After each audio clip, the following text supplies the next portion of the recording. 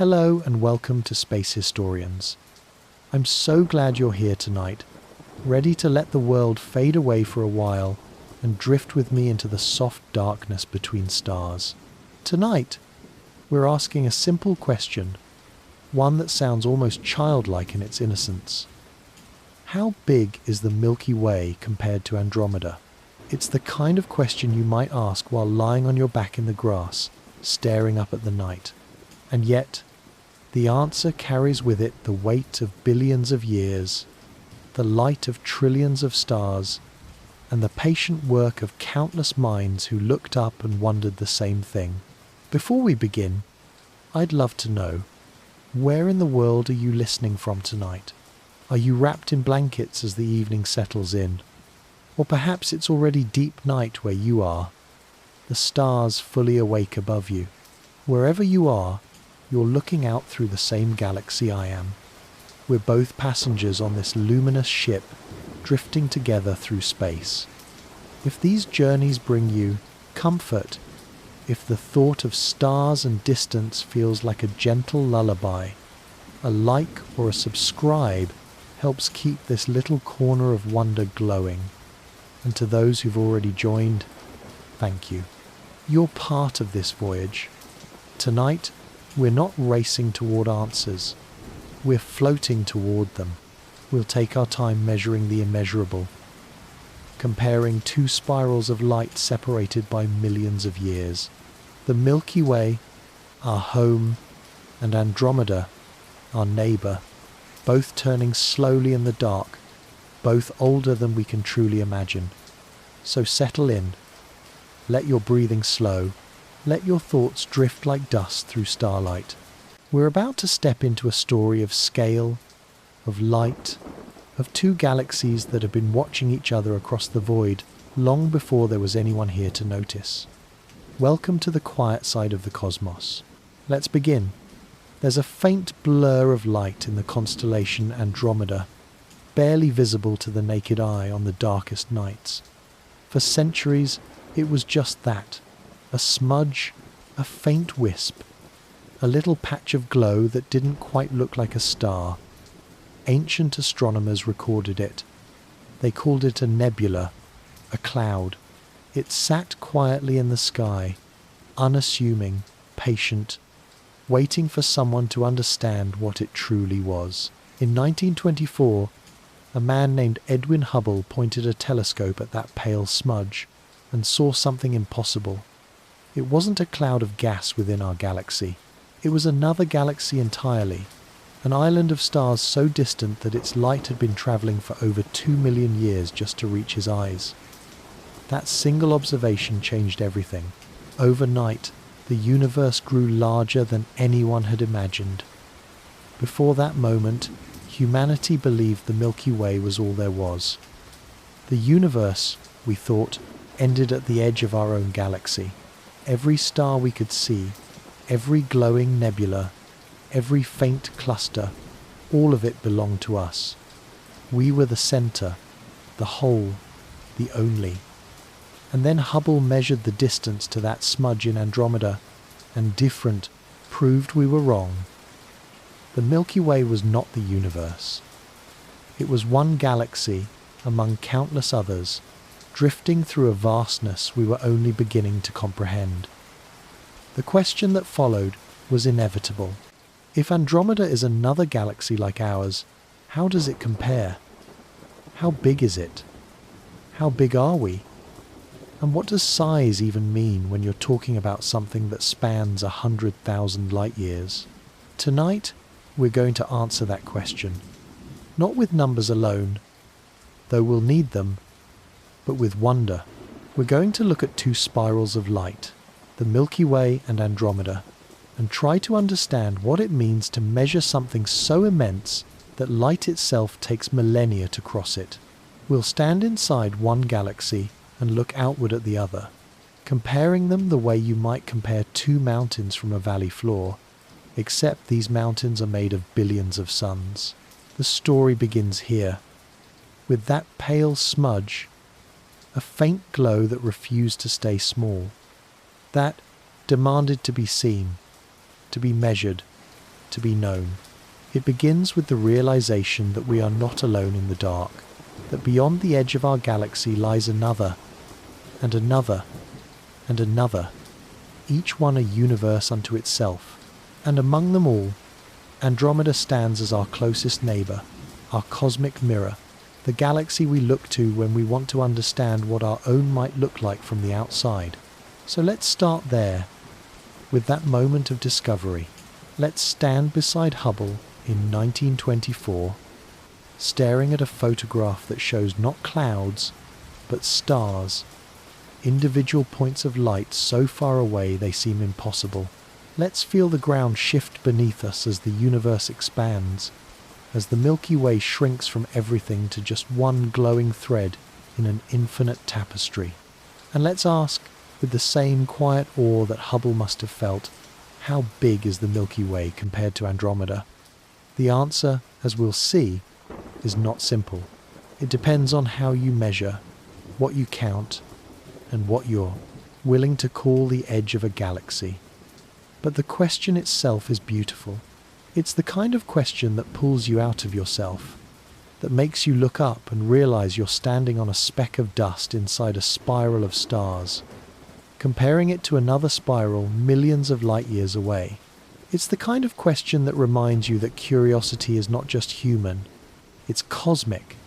The universe, through us, is trying to understand itself. Andromeda didn't ask to be discovered. It was simply there, glowing faintly, waiting. The Milky Way didn't ask to be compared. It was simply home, the only home we knew. But once we saw both, once we understood that they were separate, distinct, yet somehow similar, the comparison became inevitable. We are pattern seekers. We are measurers. We take the infinite and try to fit it into something we can hold in our minds. And so, armed with telescopes and patience, with mathematics and light, we began the work of measuring galaxies. We started with ours, tracing its arms, counting its stars, mapping its shape from the inside out. Then we turned our instruments toward Andromeda, capturing its light, analyzing its structure, estimating its size. Slowly, over decades, a picture emerged. Two galaxies, similar in shape, different in scale, bound by gravity and time. The pale smudge that changed everything is still there tonight.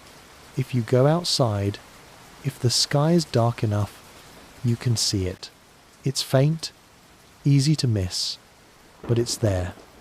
The same light that left Andromeda when early humans were learning to walk upright. The same light that Hubble captured on a photographic plate a century ago. It's still arriving, still crossing the void, still carrying the message that we are not alone, that the universe is larger than we thought, and that somewhere out there, another galaxy is watching us the same way we watch it. This is where the story begins, with a smudge, with a question, with the quiet realization that the Milky Way, vast as it is not the only galaxy in the dark.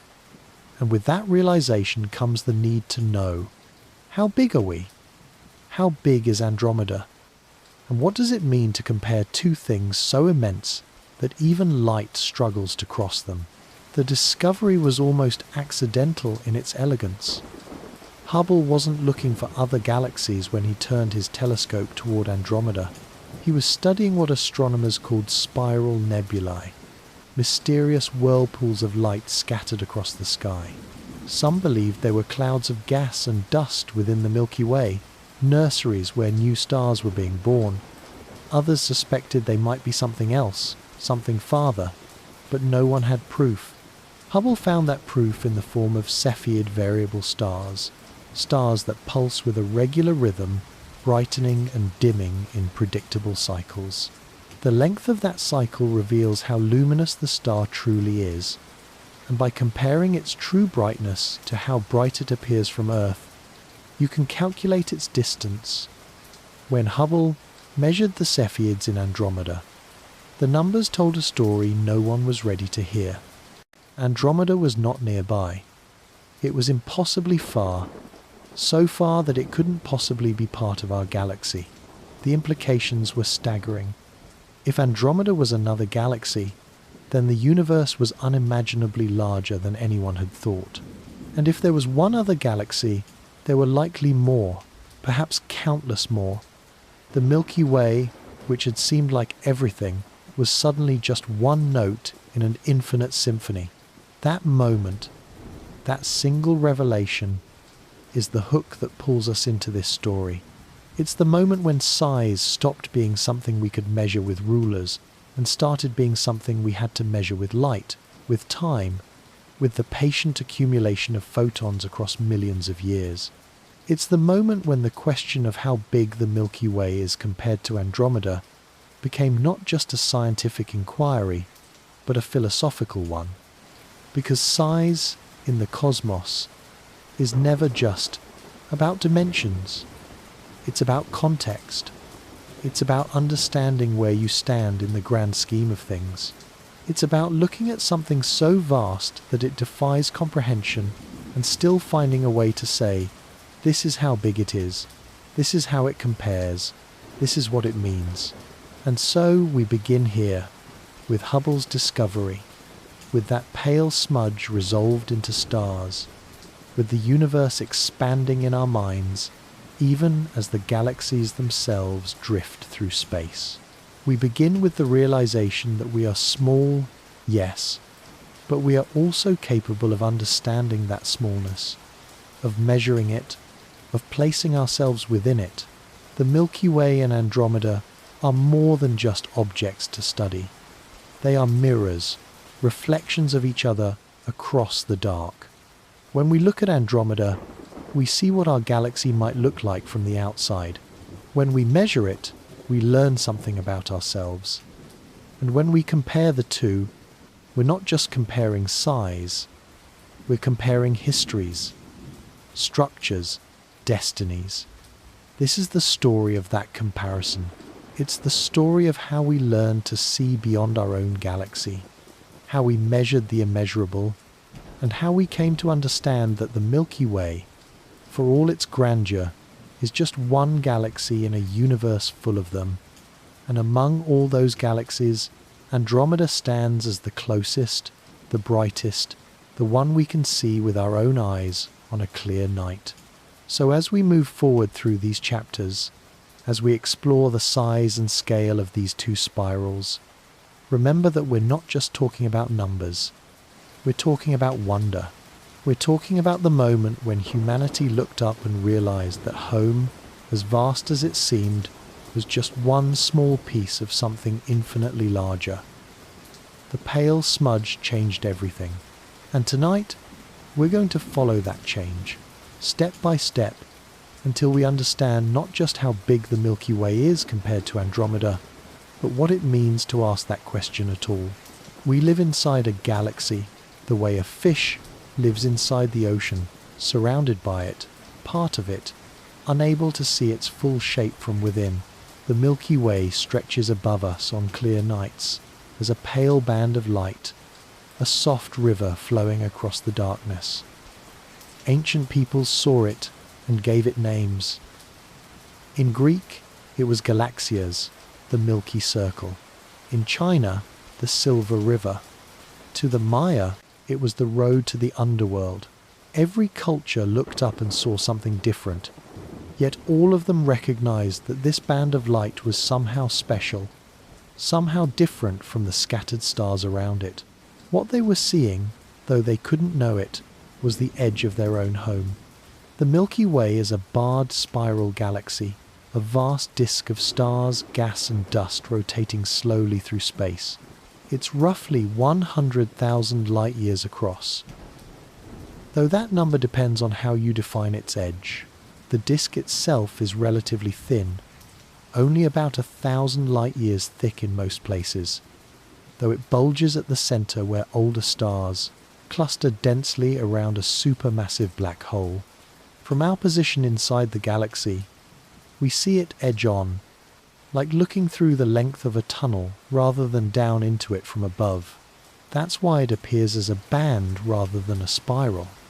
We're embedded within its structure, about 26,000 light-years from the center, tucked into a minor spiral arm called the Orion Spur. Around us, in every direction, are the stars of our neighborhood, the ones we see individually in the night sky. But when we look along the plane of the galaxy, toward the center or outward toward the edges, we see the combined glow of billions of stars too distant to resolve, all blending together into that milky light. To understand the Milky Way's size, you first have to understand its structure. It's not a simple disk. It's layered, complex, a system within systems. At the very center lies Sagittarius A star, a black hole with a mass about 4 million times that of the Sun.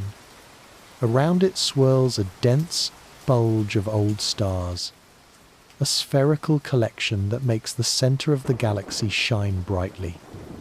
Through that bulge runs a bar, an elongated structure of stars and gas that stretches for thousands of light years. This bar acts like a gravitational engine, funneling material toward the center and helping to maintain the galaxy's spiral arms. The spiral arms themselves are where most of the action happens. They're not solid structures, but density waves, regions where stars, gas, and dust collect more densely than in the surrounding space. As the galaxy rotates, material moves in and out of these arms, like cars passing through a traffic jam. Within the arms, gas clouds collapse under their own gravity, forming new stars that light up the surrounding nebulae. These young, hot stars burn bright blue and white, giving the arms their characteristic glow. Beyond the visible disk lies the halo, a vast spherical region filled with old stars, globular clusters, and dark matter. The halo extends much farther than the disk, perhaps several 100,000 light years from the center, though it's so diffuse that most of it is invisible. The stars in the halo are ancient, some of the oldest in the galaxy, survivors from the Milky Way's early days when it was still forming from smaller collections of stars and gas. The Milky Way is not static. It rotates, though not like a solid object. Different parts move at different speeds. Near the center, stars orbit quickly, completing a circuit in just a few million years. Out where we are, the orbital period is much longer. Our Sun takes about 230 million years to complete one orbit around the galactic center. That means since the Sun formed, about 4.5 billion years ago, it has only circled the galaxy roughly 20 times. Every star you see in the night sky is on its own orbit, moving at its own pace, tracing a path through space that will take millions or billions of years to complete.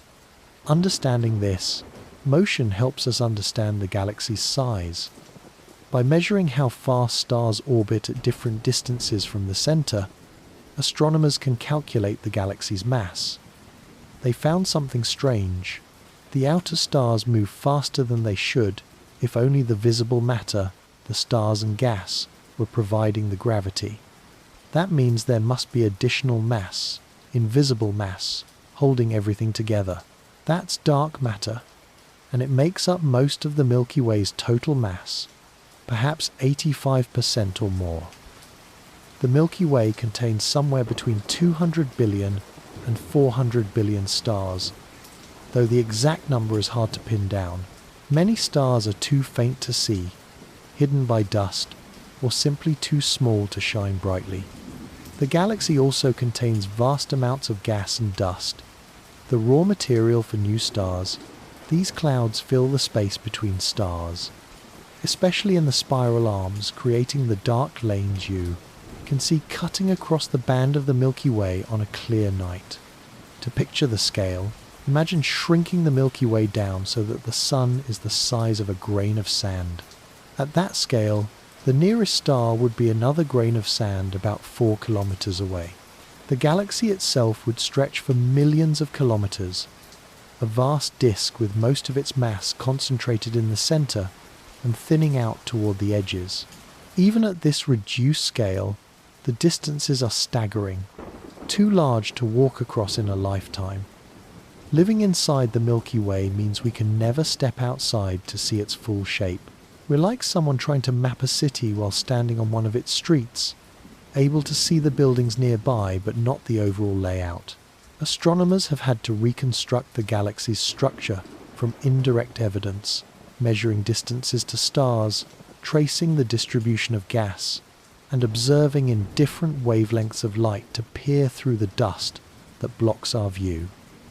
Slowly, over decades, they've built a picture of our home, a spiral galaxy with a bar at its center and several major arms winding outward.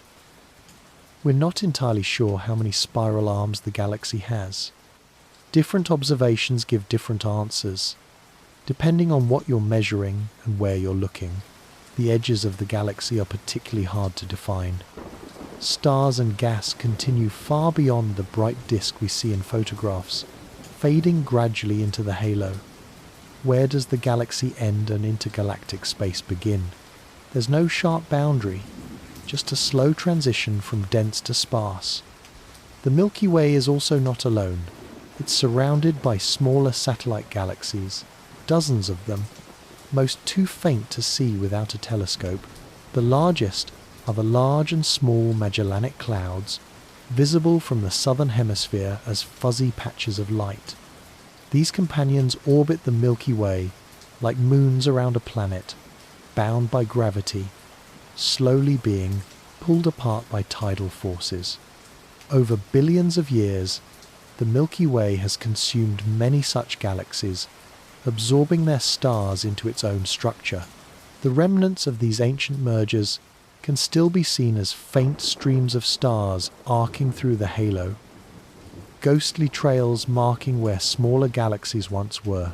This is the setting, the home we're trying to measure. The Milky Way is vast, complex, and beautiful, a system that took billions of years to form and will continue evolving for billions more. It's the galaxy we know best because we live inside it. Yet it's also one of the hardest to study because we can't see it from the outside. Every measurement, every map, every estimate of its size comes with uncertainty, with the challenge of observing from within. When we look up at that pale band of light stretching across the sky, we're seeing our galaxy from the inside out. We're seeing the combined glow of billions of stars, each one a sun like ours, many with their own planets. We're seeing the dust clouds where new stars are being born and the clusters where old stars gather. We're seeing home, in all its immensity, laid out above us like a map we're still learning to read. And it's against this backdrop, this setting of stars and dust and dark matter, that we begin our comparison. To understand how big the Milky Way is compared to Andromeda, we first have to understand what the Milky Way is. We have to know its shape, its structure, its mass. We have to measure it from within, piece by piece, using light that has travelled through the galaxy to reach us. This is our starting point. Inside the glowing river, looking outward, trying to see ourselves as we truly are. The Milky Way is not just a band of light in the sky. It's a galaxy, one among billions. And understanding its size means understanding that we are part of something far larger than we can ever see from any single vantage point. The setting is our home, and the story begins here, with us, looking up, trying to measure the immeasurable. For hundreds of years, astronomers catalogued the sky, marking every faint smudge, every fuzzy patch, every object that didn't look quite like a star. They called these objects nebulae, from the Latin word for cloud. Some were beautiful, glowing with colour, their gas lit up by nearby stars. Others were dim and grey, barely visible even through the best telescopes. One of these nebulae sat in the constellation Andromeda, a faint oval of light that had been noted as early as the 10th century by Persian astronomers. Through early telescopes, the Andromeda Nebula looked unremarkable. It was larger than most nebulae, with a bright center that faded into a diffuse glow, but it didn't seem special. Astronomers assumed it was a cloud of gas within the Milky Way, perhaps a region where stars were forming, or maybe the remnant of some ancient stellar event. No one suspected that it might be something far more profound. The debate over the nature of these spiral nebulae heated up in the early 1900s. Some astronomers, looking at their shapes and structures, wondered if they might be separate galaxies, island universes as they called them, collections of stars completely outside the Milky Way. Others argued that such a thing was impossible. The Milky Way, they believed, was the entire universe. Everything we could see had to be part of it. To suggest otherwise was to suggest that the cosmos was unimaginably larger than anyone had thought. In 1920, two astronomers held a famous debate at the Smithsonian Museum of Natural History. Harlow Shapley argued that spiral nebulae were nearby objects within the Milky Way. Heber Curtis argued they were distant galaxies. Both presented evidence, both made compelling cases, but neither could prove their point conclusively. The technology simply wasn't good enough yet to measure the distances accurately. That changed in 1923 when Edwin Hubble gained access to the Hooker telescope at Mount Wilson Observatory in California. At the time, it was the largest telescope in the world, with a mirror 100 inches across. Hubble pointed it at the Andromeda Nebula and began taking long exposure photographs, capturing light that had been traveling through space for eons. What he saw changed everything. Within the nebula, he found individual stars. Not just the bright ones that might be expected in a nearby gas cloud, but fainter stars. Stars that pulsed and varied in brightness. Among them were Cepheid variables, a type of star that brightens and dims in a predictable cycle. The period of that cycle is directly related to the star's true luminosity. By measuring the period, you can determine how bright the star really is. And by comparing that to how bright it appears from Earth, you can calculate its distance. Hubble measured the Cepheids in Andromeda and did the math. The numbers were astonishing. The nebula was not a few thousand light-years away, as it would be if it were part of the Milky Way. It was nearly 1 million light-years away. Later refinements would push that distance even farther, to over 2 million light-years. But even the initial estimate was enough to prove the point. Andromeda was not a cloud. It was a galaxy, a separate, distinct collection of stars far beyond the boundaries of the Milky Way. The implications rippled through the scientific community like a shockwave. If Andromeda was a galaxy, then the other spiral nebulae scattered across the sky were likely galaxies too. The universe was not just the Milky Way. It was filled with galaxies, perhaps millions of them, each one a vast system of stars, gas, and dust. The cosmos had expanded overnight, not in physical size, but in our understanding of it. Hubble's discovery was a turning point, a moment when everything changed. The Milky Way, which had seemed like the entirety of existence, was suddenly just one galaxy among countless others. We were not at the center of the universe. We were not even at the center of our own galaxy. We were inhabitants of one spiral among many, drifting through space alongside neighbors. We were only just beginning to see clearly. The discovery also opened up a new question. If Andromeda is another galaxy like the Milky Way, how do they compare? Which is larger? Which contains more stars?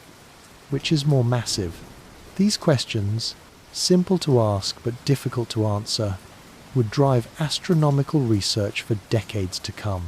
But in 1923, in that moment when Hubble first measured the distance to Andromeda, the primary feeling was not curiosity, but awe. The universe had just revealed itself to be far grander than anyone had imagined. The pale smudge in the constellation Andromeda was not a cloud within our galaxy. It was a galaxy in its own right, a system of hundreds of billions of stars, shining across millions of light years of space. That light, the light Hubble captured on his photographic plates, had left Andromeda long before humans existed.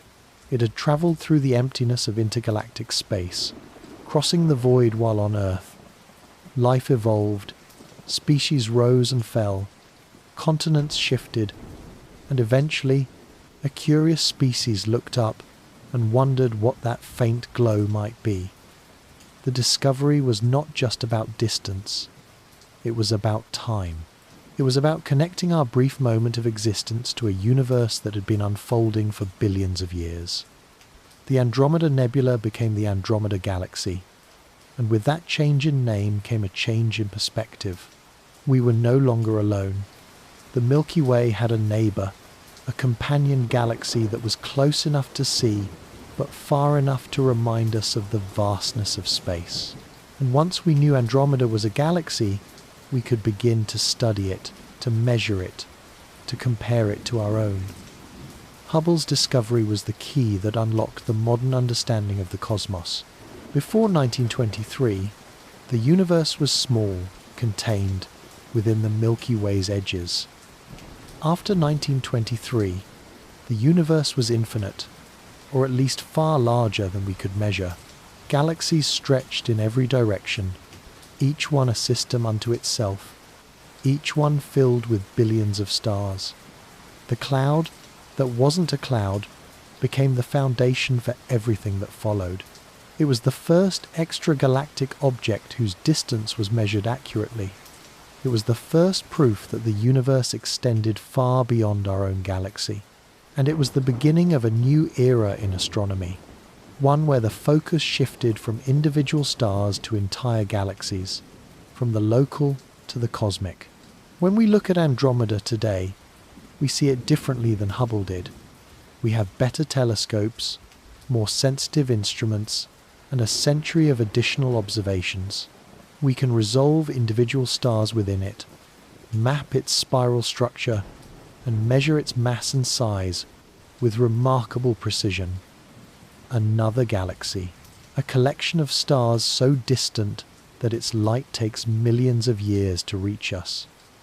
The discovery of what Andromeda truly was changed not just astronomy, but our place in the universe. It reminded us that we are part of something much larger, that the Milky Way is not special or unique, but one galaxy among billions. And it set the stage for the question we're exploring tonight. If Andromeda is a galaxy like ours, how big is it compared to the Milky Way? Which is the larger of the two? And what does size even mean when you're comparing objects so immense that light itself takes 100,000 years to cross them? The cloud that wasn't a cloud opened the door to these questions. It showed us that the universe is far grander than we ever imagined, and that understanding it requires not just looking outward, but looking carefully, patiently, with the humility to accept that what we see might be far more than we expected. Hubble's discovery was the spark that lit this journey, and as we continue, we'll follow that spark as it illuminates the true scale of the Milky Way and Andromeda, two galaxies drifting through the dark, close enough to see, far enough to remind us of the vastness that surrounds us. When Edwin Hubble announced his findings in 1924, the reaction was not immediate celebration but quiet shock. Astronomers had been debating the nature of spiral nebulae for years, and many had grown comfortable with the idea that the Milky Way was all there was. To suddenly learn that it was just one galaxy among many required a complete reimagining of the cosmos.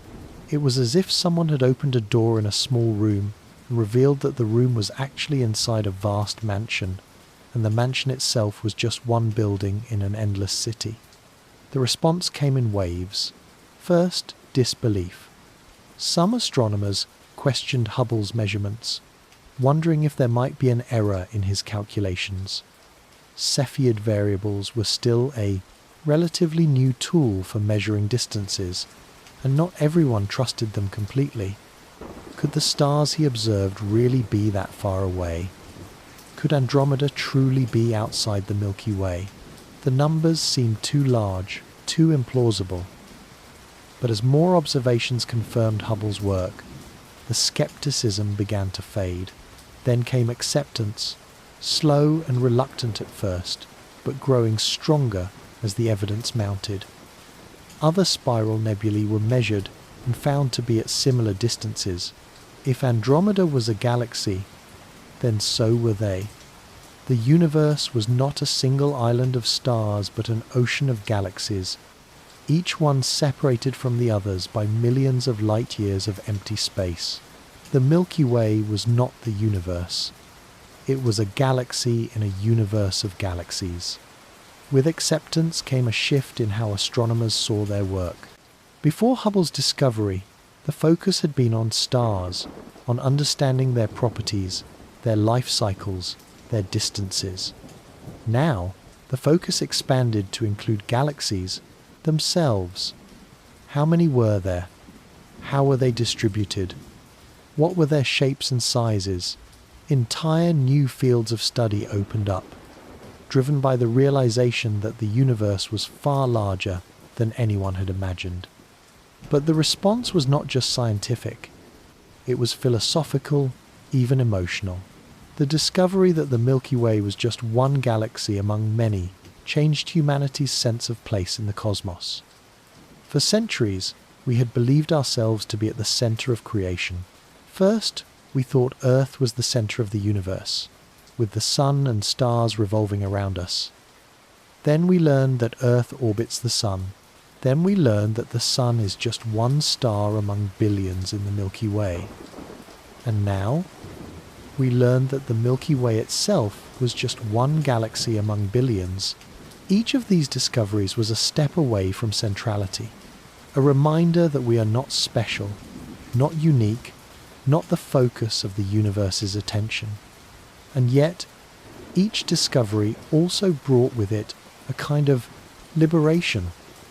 We might not be at the center, but we were capable of understanding our true place. We might be small, but we were not insignificant. We could measure the universe, map its structure, and understand its workings. That ability, that capacity for knowledge, was something profound. The expansion of the universe, not in physical size but in our understanding of it, happened almost overnight.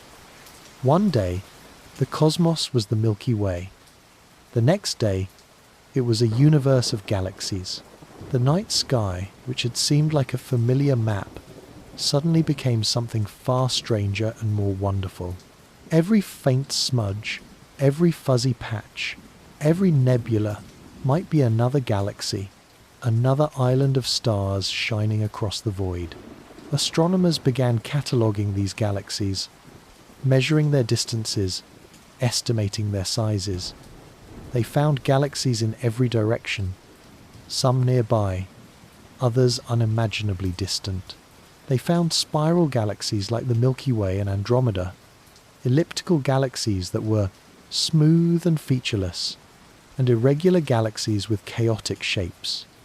Each one was a system unto itself, a collection of billions of stars held together by gravity.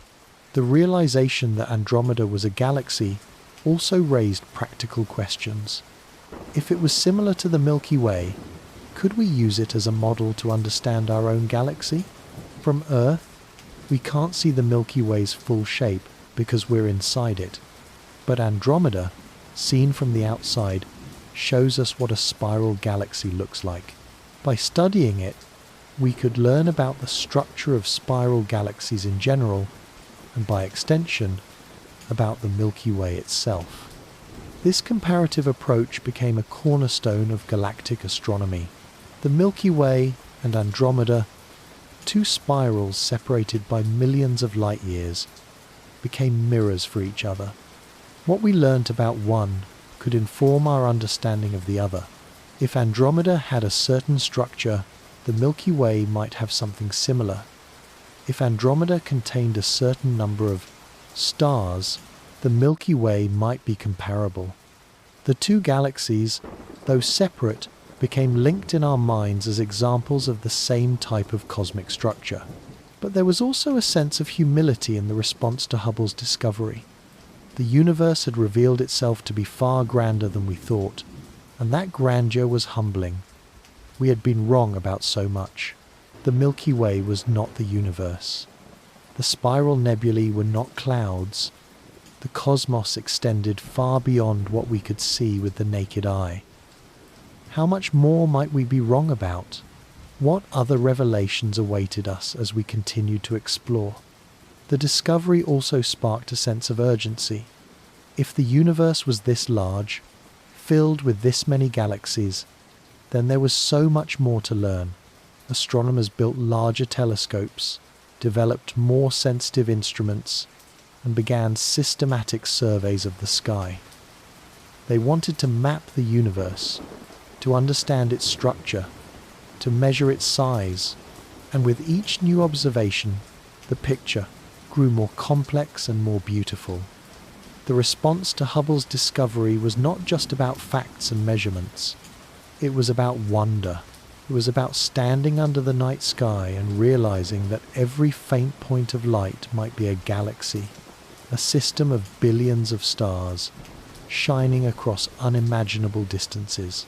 It was about feeling small yet connected, insignificant yet capable of understanding.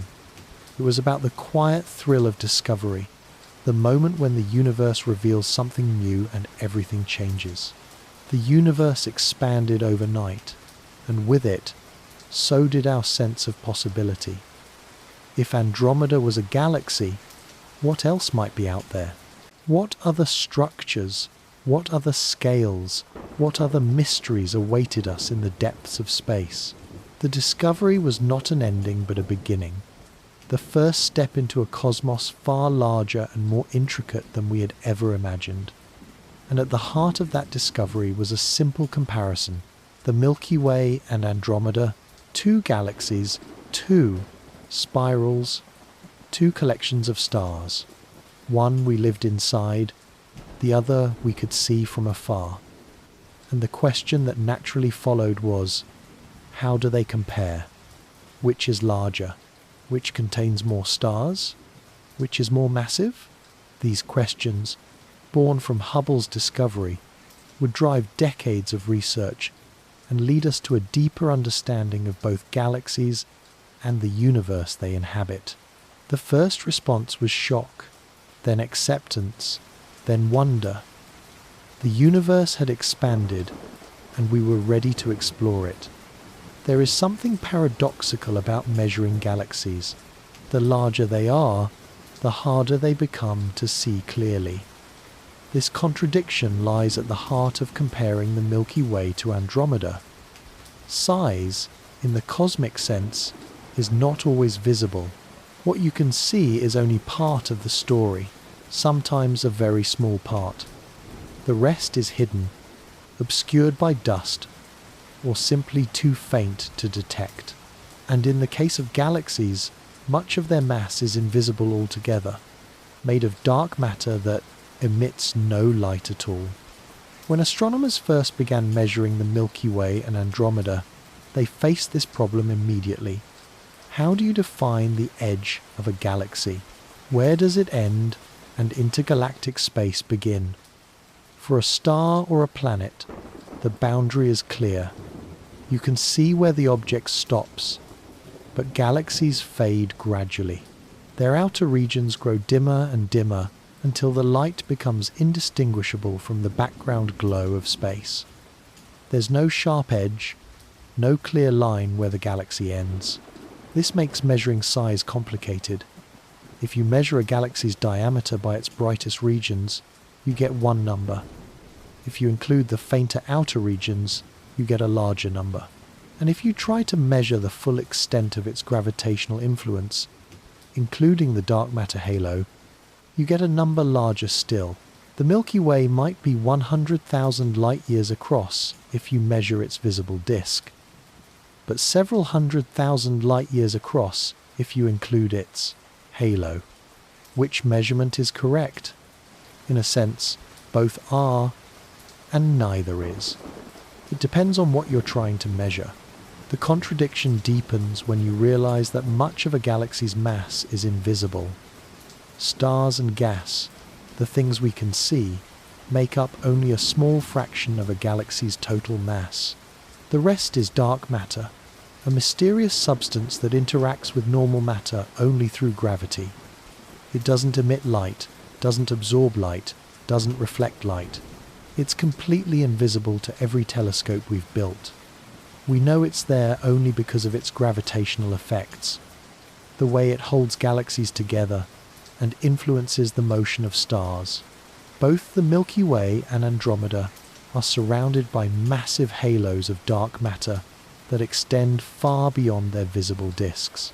These halos are so large that they may already be touching, overlapping in the space between the two galaxies. If we could see dark matter, the Milky Way and Andromeda might not look like two separate galaxies at all, but like one continuous structure, two bright cores embedded in a shared ocean of invisible mass. This invisible mass complicates any attempt to compare the two galaxies. If you compare only what you can see, the stars and gas, Andromeda appears larger. Its visible disk is roughly twice the diameter of the Milky Way's, and it contains more stars, perhaps 1 trillion, compared to our 400 billion. But if you include the dark matter, the comparison becomes less clear. Recent studies suggest that the Milky Way's dark matter halo might be more massive than once thought, possibly rivaling or even exceeding Andromeda's total mass. The bigger galaxy, at least in terms of visible light, might not actually be the more massive one. This contradiction, that bigger does not always mean more massive, challenges our intuitive understanding of size. On Earth, if something looks larger, it usually is larger in every measurable way. But in space, appearance and reality often diverge. A galaxy can be visually impressive, yet relatively light, or visually modest, yet incredibly massive. What you see depends on the type of stars it contains, how much dust obscures the light, and how the galaxy is oriented relative to Earth. The Milky Way suffers from an additional problem. We can't see it from the outside. Every measurement we make is from within, looking out through layers of stars, gas, and dust. Imagine trying to measure the size of a forest while standing in the middle of it. You can see the trees around you, but the overall shape and extent of the forest remain unclear. That's what studying the Milky Way is like. We're inside it, surrounded by it, and much of our view is blocked by the very thing we're trying to measure. Andromeda, by contrast, is visible from the outside. We can see its full spiral structure laid out before us, tilted just enough that its shape is clear. This external view makes it easier to measure in some ways, but it also introduces its own complications. We're seeing Andromeda as it was 2.5 million years ago, when the light now reaching us first left the galaxy. In that time, it has changed. Stars have been born and died. Gas clouds have moved. The spiral arms have rotated. What we see is not Andromeda as it is now, but as it was in the distant past. The contradiction of size extends to the definition itself. Is size a measure of diameter, of mass, of brightness, of gravitational reach? Each definition gives a different answer. Andromeda is larger in diameter, its visible disk spanning roughly 220,000 light-years compared to the Milky Way's 100,000. But diameter is only one dimension. Mass is another, and mass includes the dark matter, which is harder to measure but far more significant in terms of the galaxy's total weight. Recent measurements using the motion of stars and satellites have suggested that the Milky Way's total mass, including dark matter, might be around 1.5 trillion times the mass of the Sun. Andromeda's mass is estimated to be similar, perhaps slightly more, perhaps slightly less. The two galaxies, despite their different appearances, might actually be quite close in total mass. Andromeda looks bigger because its stars are more spread out, its disk wider, its light more evenly distributed. But spread out over a larger area, the same amount of matter can look both bigger and fainter. This is the contradiction we face when comparing galaxies. Bigger does not always mean more, brighter does not always mean more massive, visible does not always mean complete. Every measurement comes with caveats, uncertainties, and the nagging reminder that much of what defines a galaxy is hidden from view. The invisible nature of dark matter adds a layer of mystery to the comparison. If we could see dark matter, the night sky would look entirely different. The Milky Way and Andromeda would appear as enormous glowing halos, far larger than their visible disks, possibly overlapping in the space between them. The local group of galaxies, currently seen as distinct objects, might look more like a single interconnected web, each galaxy a bright node in a larger network of dark matter filaments. But we can't see dark matter directly. We can only infer its presence from the way galaxies move, the way light bends around massive objects, and the way galaxy clusters hold together, despite the visible matter being insufficient to provide the necessary gravity. Dark matter is the scaffold on which galaxies are built, the invisible framework that shapes their structure and determines their fate. Without it, galaxies like the Milky Way and Andromeda wouldn't exist. Their stars would fly apart, unable to stay bound together. The spiral arms would unwind. The galaxies would dissolve into scattered clouds of stars drifting through space. So when we ask how big the Milky Way is compared to Andromeda, we're asking a question with no simple answer. It depends on what we're measuring, what we can see, and what we're willing to include in the definition of size. Andromeda is visibly larger, its disk more expansive, its star count higher. But the Milky Way, with its unseen dark matter halo, might be comparable or even superior in total mass. The contradiction is humbling. It reminds us that the universe is not always what it appears to be, that the visible is only a fraction of the real, and that understanding requires looking beyond what we can see. It also reminds us that comparison is never simple when dealing with objects so immense, so distant, and so different from anything in our everyday experience. Bigger, yet invisible. Larger, yet lighter. More expansive, yet less massive. These contradictions are not failures of measurement, but reflections of the complexity of galaxies themselves. They're not simple objects, but layered, dynamic systems, each one unique in its own way.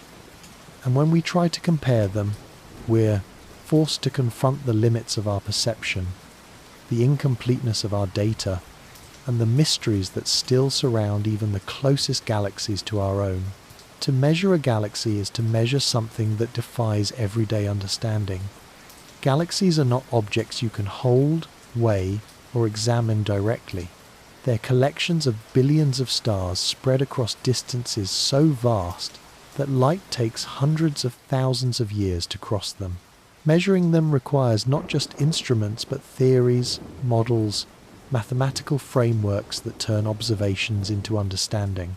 When astronomers set out to compare the Milky Way and Andromeda, they had to first develop the tools and theories that would make such a comparison possible. The earliest attempts to measure galaxies relied on counting stars. If you could estimate how many stars a galaxy contained, you could estimate its size and mass. But counting stars in a distant galaxy is nearly impossible. Most are too faint to see individually, even with the best telescopes. Instead, astronomers had to estimate star counts based on the galaxy's total brightness.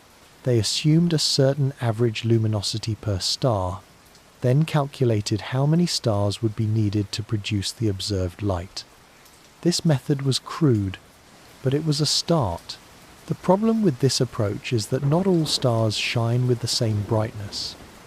A single massive blue star can outshine millions of smaller red dwarfs. If a galaxy happens to have a lot of massive stars, it will look brighter even if its total star count is lower. Conversely, a galaxy dominated by faint stars might contain more stars than a brighter galaxy but appear dimmer. To account for this, astronomers developed models of stellar populations, statistical descriptions of how stars of different types are distributed within a galaxy. These models, based on observations of stars in the Milky Way and nearby galaxies, allowed astronomers to make more accurate estimates of star counts. They could look at a galaxy's color and brightness and infer not just how many stars it contained, but what types of stars they were, how old they were, and how much mass they represented. This approach, called spectral synthesis, became one of the foundational tools for measuring galaxies. But stars are only part of the story. Galaxies also contain gas and dust, the raw material for future stars. Measuring this interstellar medium requires different techniques. Radio telescopes can detect the emission from hydrogen gas, tracing the distribution of matter throughout the galaxy. Infrared telescopes can see through dust, revealing regions hidden from visible light.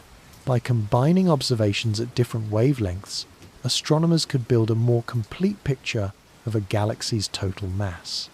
Even with all these techniques, a significant portion of a galaxy's mass remained hidden. The dark matter problem, first noticed in the 1930s, became impossible to ignore by the 1970s. Astronomers measuring the rotation speeds of galaxies found that stars in the outer regions moved far faster than they should if only the visible matter was providing gravity. Something invisible, something massive, had to be holding the galaxies together. That something was dark matter. Measuring dark matter requires indirect methods. You can't see it directly, but you can see its effects. By measuring how fast stars and gas move at different distances from a galaxy's center, astronomers can create a rotation curve, a graph that shows orbital speed as a function of distance. If only visible matter was present, the rotation curve would drop off at large distances, following the same pattern as planets orbiting the Sun. But in galaxies, the curve stays flat or even rises, indicating the presence of unseen mass. By analyzing rotation curves, astronomers can estimate the total mass of a galaxy, including both visible and dark matter. For the Milky Way, this involves measuring the motion of stars and gas clouds throughout the galaxy, a painstaking process that has taken decades and is still ongoing. For Andromeda, the same techniques can be applied, but from the outside, making some measurements easier and others harder. Another approach to measuring galaxies involves gravitational lensing, the bending of light by massive objects. When light from a distant galaxy passes near a closer galaxy, the gravity of the closer galaxy bends the light, distorting the image of the distant galaxy.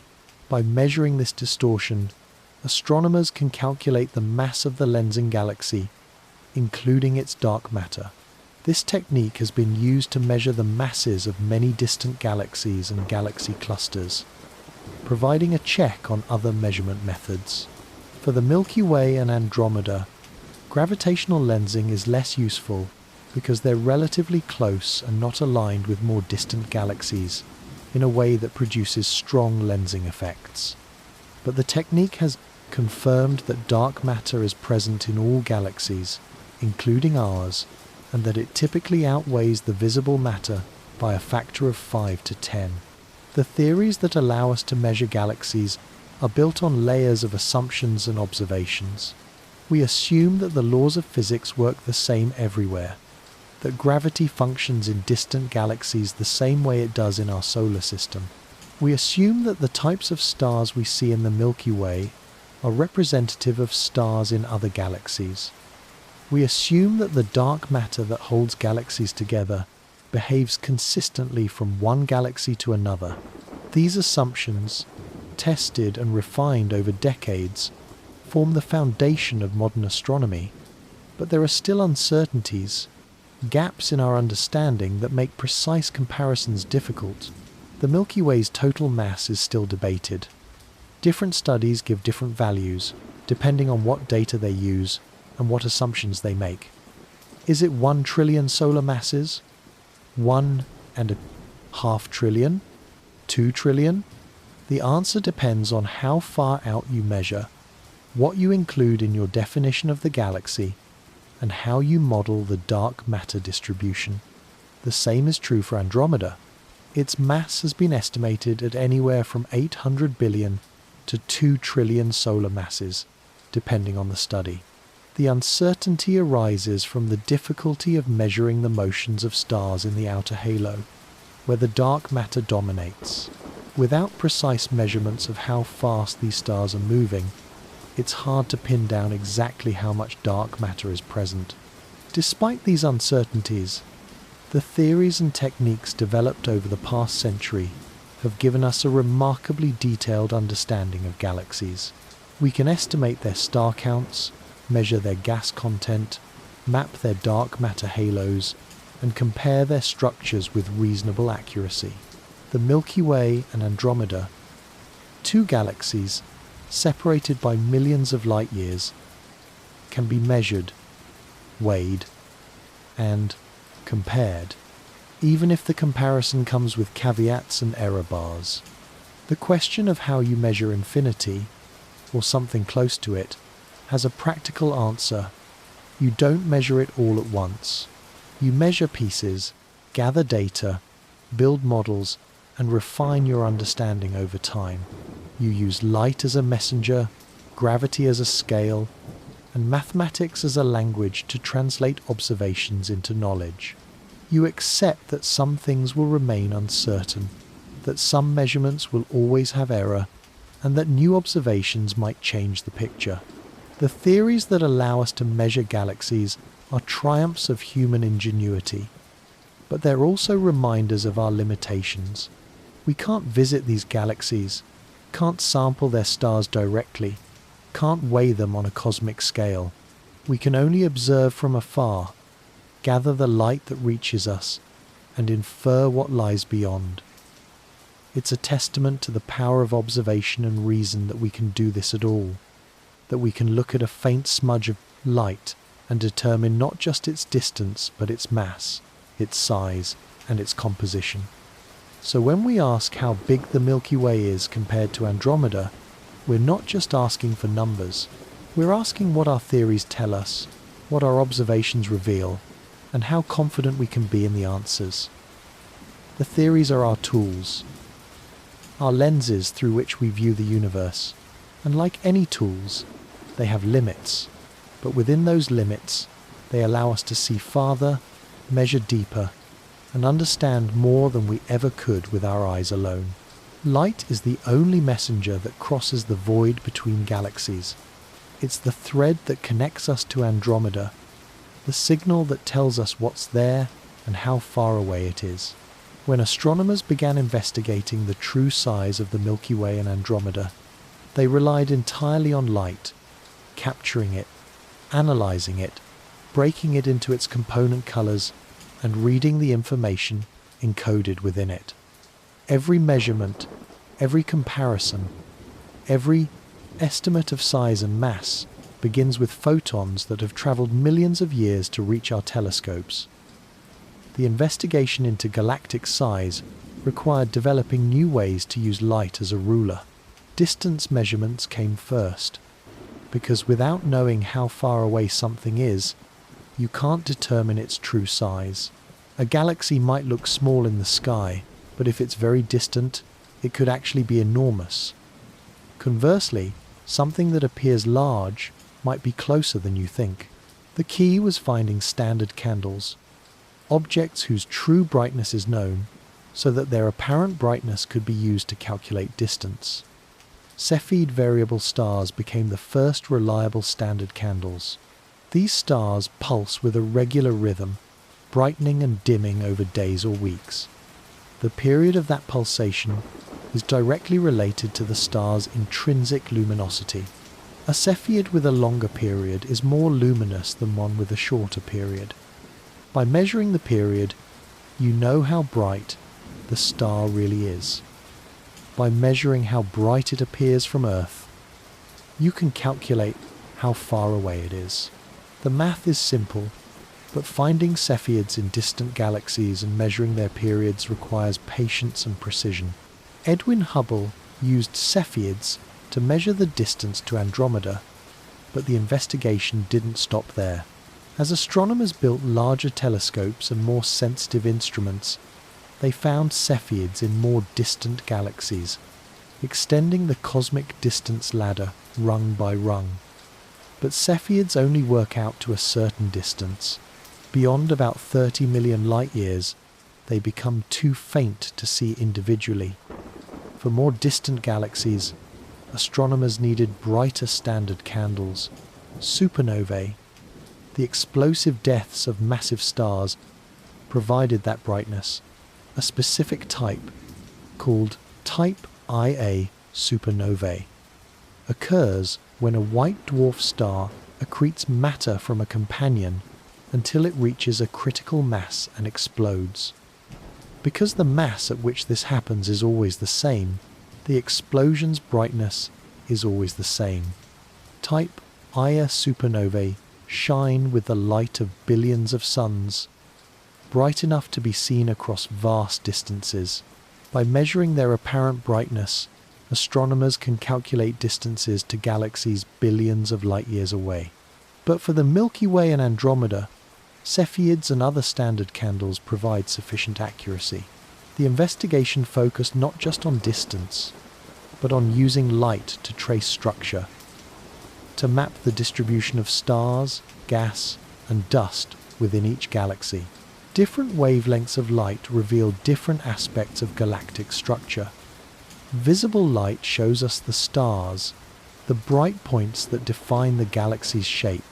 Infrared light penetrates dust clouds, revealing hidden regions of star formation. Ultraviolet light highlights the hottest, youngest stars, tracing regions where new suns are being born. Radio waves allowed astronomers to map the distribution of hydrogen gas, the most abundant element in the universe, and the raw material for stars. By observing the radio emission from hydrogen, astronomers traced the spiral arms of galaxies, including the Milky Way, with unprecedented precision.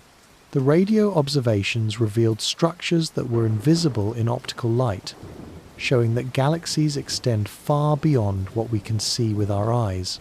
X-ray observations added another layer, revealing the hottest regions of galaxies, the remnants of supernova explosions, the accretion disks around black holes, and the hot gas in galactic halos.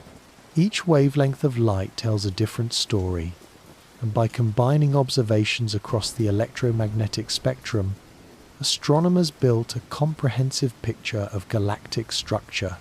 For the Milky Way, the investigation was complicated by our position inside the galaxy.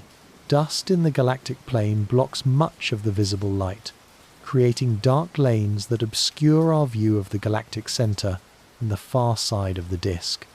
To see through the dust, astronomers turned to infrared observations. Infrared light passes through dust more easily than visible light, allowing us to peer into regions that are otherwise hidden. Surveys like the 2-micron all-sky survey mapped the distribution of stars throughout the Milky Way, revealing the bar at the galaxy's center and the true extent of the spiral arms. Radio observations were equally crucial. By mapping the distribution of hydrogen gas, astronomers traced the Milky Way's spiral structure from the inside out. The gas follows the spiral arms, concentrating in regions where gravity compresses it, triggering star formation. By measuring the motion of this gas using the Doppler effect, Astronomers could also determine how fast different parts of the galaxy are rotating, providing clues about the galaxy's total mass. Andromeda, visible from the outside, presented different challenges. Its spiral structure is easier to see, but measuring the distances to individual stars within it requires careful calibration. The galaxy is tilted relative to our line of sight, which means some parts are slightly closer to us than others.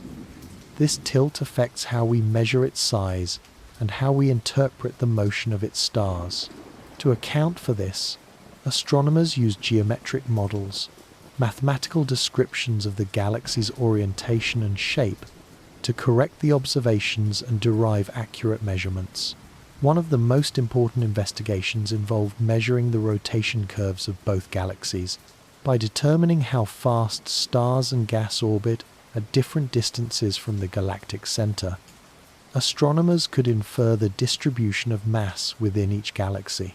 The rotation curve of the Milky Way was pieced together from observations of stars, gas clouds, and globular clusters at various distances. The curve remained flat even at large distances, indicating the presence of dark matter extending far beyond the visible disk. Andromeda's rotation curve told a similar story. Stars in the outer regions moved faster than expected based on the visible matter alone. Dark matter, invisible but gravitationally significant, dominated the outer reaches of both galaxies. By analyzing these rotation curves, astronomers estimated the total mass of each galaxy, including the dark matter halos that extend hundreds of thousands of light-years from their centers. The investigation also involved measuring stellar populations. By analyzing the light from different regions of each galaxy, astronomers could determine the types of stars present, their ages, and their chemical compositions. The central bulge of both galaxies is filled with old, red stars, while the spiral arms contain younger, bluer stars. This pattern is consistent across spiral galaxies, suggesting a common evolutionary history. Stars form in the spiral arms, then gradually migrate inward or outward as the galaxy evolves. Another key tool in the investigation was spectroscopy, the technique of splitting light into its component colors. By examining the spectrum of light from a galaxy, astronomers can identify the elements present, measure the temperature and density of gas clouds, and determine how fast the galaxy is moving toward or away from us. The spectrum of Andromeda shows a slight blue shift, indicating that it's moving toward the Milky Way at about 110 kilometers per second. This motion, combined with distance measurements, tells us that the two galaxies are on a collision course. The investigation into galactic size and structure has been ongoing for nearly a century, and it continues today with increasingly sophisticated instruments. The Gaia spacecraft, launched by the European Space Agency, is measuring the positions and motions of over 1 billion stars in the Milky Way with unprecedented precision. This data is revolutionizing our understanding of our galaxy's structure, revealing streams of stars from past mergers and refining our estimates of the galaxy's total mass. For Andromeda, the Hubble Space Telescope has captured images so detailed that individual stars can be resolved across much of the galaxy. These observations allow astronomers to measure distances more accurately, to study stellar populations in detail, and to trace the galaxy's structure with a clarity that was impossible just a few decades ago. Each new observation adds another piece to the puzzle, refining our understanding of both galaxies. The investigation is far from over. There are still mysteries, still uncertainties, still questions that need answering. How much dark matter do the Milky Way and Andromeda really contain? What are the exact masses of their central black holes? How have they evolved over billions of years? But the tools and techniques developed over the past century have given us a remarkably detailed picture of both galaxies, built entirely from the light that reaches us across the void. Light, in all its forms, is the ruler we use to measure the universe. It's the messenger that carries information across space, the signal that tells us what's out there and how far away it is. And through careful observation, patient analysis, and clever use of physics, we've learned to read that light, to extract from it the secrets of galaxies millions of light years away. The investigation continues, driven by curiosity, enabled by technology, and guided by the simple but profound realization that light can tell us almost everything we need to know, if only we know how to listen. When you start listing the numbers that describe galaxies, something strange happens. The numbers get so large they stop feeling like numbers at all. They become abstractions, symbols on a page that the mind can't quite grasp. The Milky Way is about 100,000 light years across. A light year is roughly 9 trillion kilometers. Multiply those together and you get 900 trillion kilometers. A number so large it might as well be infinity. And that's just the width, the depth, the volume, the number of stars. They all push into realms where numbers lose their meaning. But astronomers work with these numbers anyway, because they're the only way to compare galaxies, to measure their properties, and to understand their place in the universe. The data, incomprehensible as it might seem, tells a story. And when you look at the data for the Milky Way and Andromeda side by side, patterns emerge, differences become clear, and a picture of two galaxies begins to form. The Milky Way's visible disk is about 100,000 light years across. Andromeda's is roughly 220,000 light years. That makes Andromeda more than twice as wide, at least in terms of its visible stellar disk. But diameter is just one measurement, and it depends on where you draw the line. The stars don't end abruptly at some specific distance.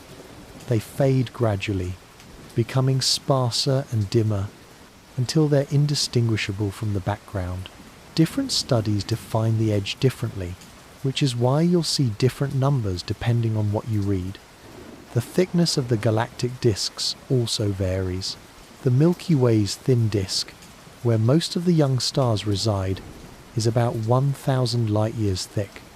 The thick disk, containing older stars, extends to about 3,000 light years. Andromeda's disk has similar proportions, though its larger diameter means the overall volume of the disk is significantly greater.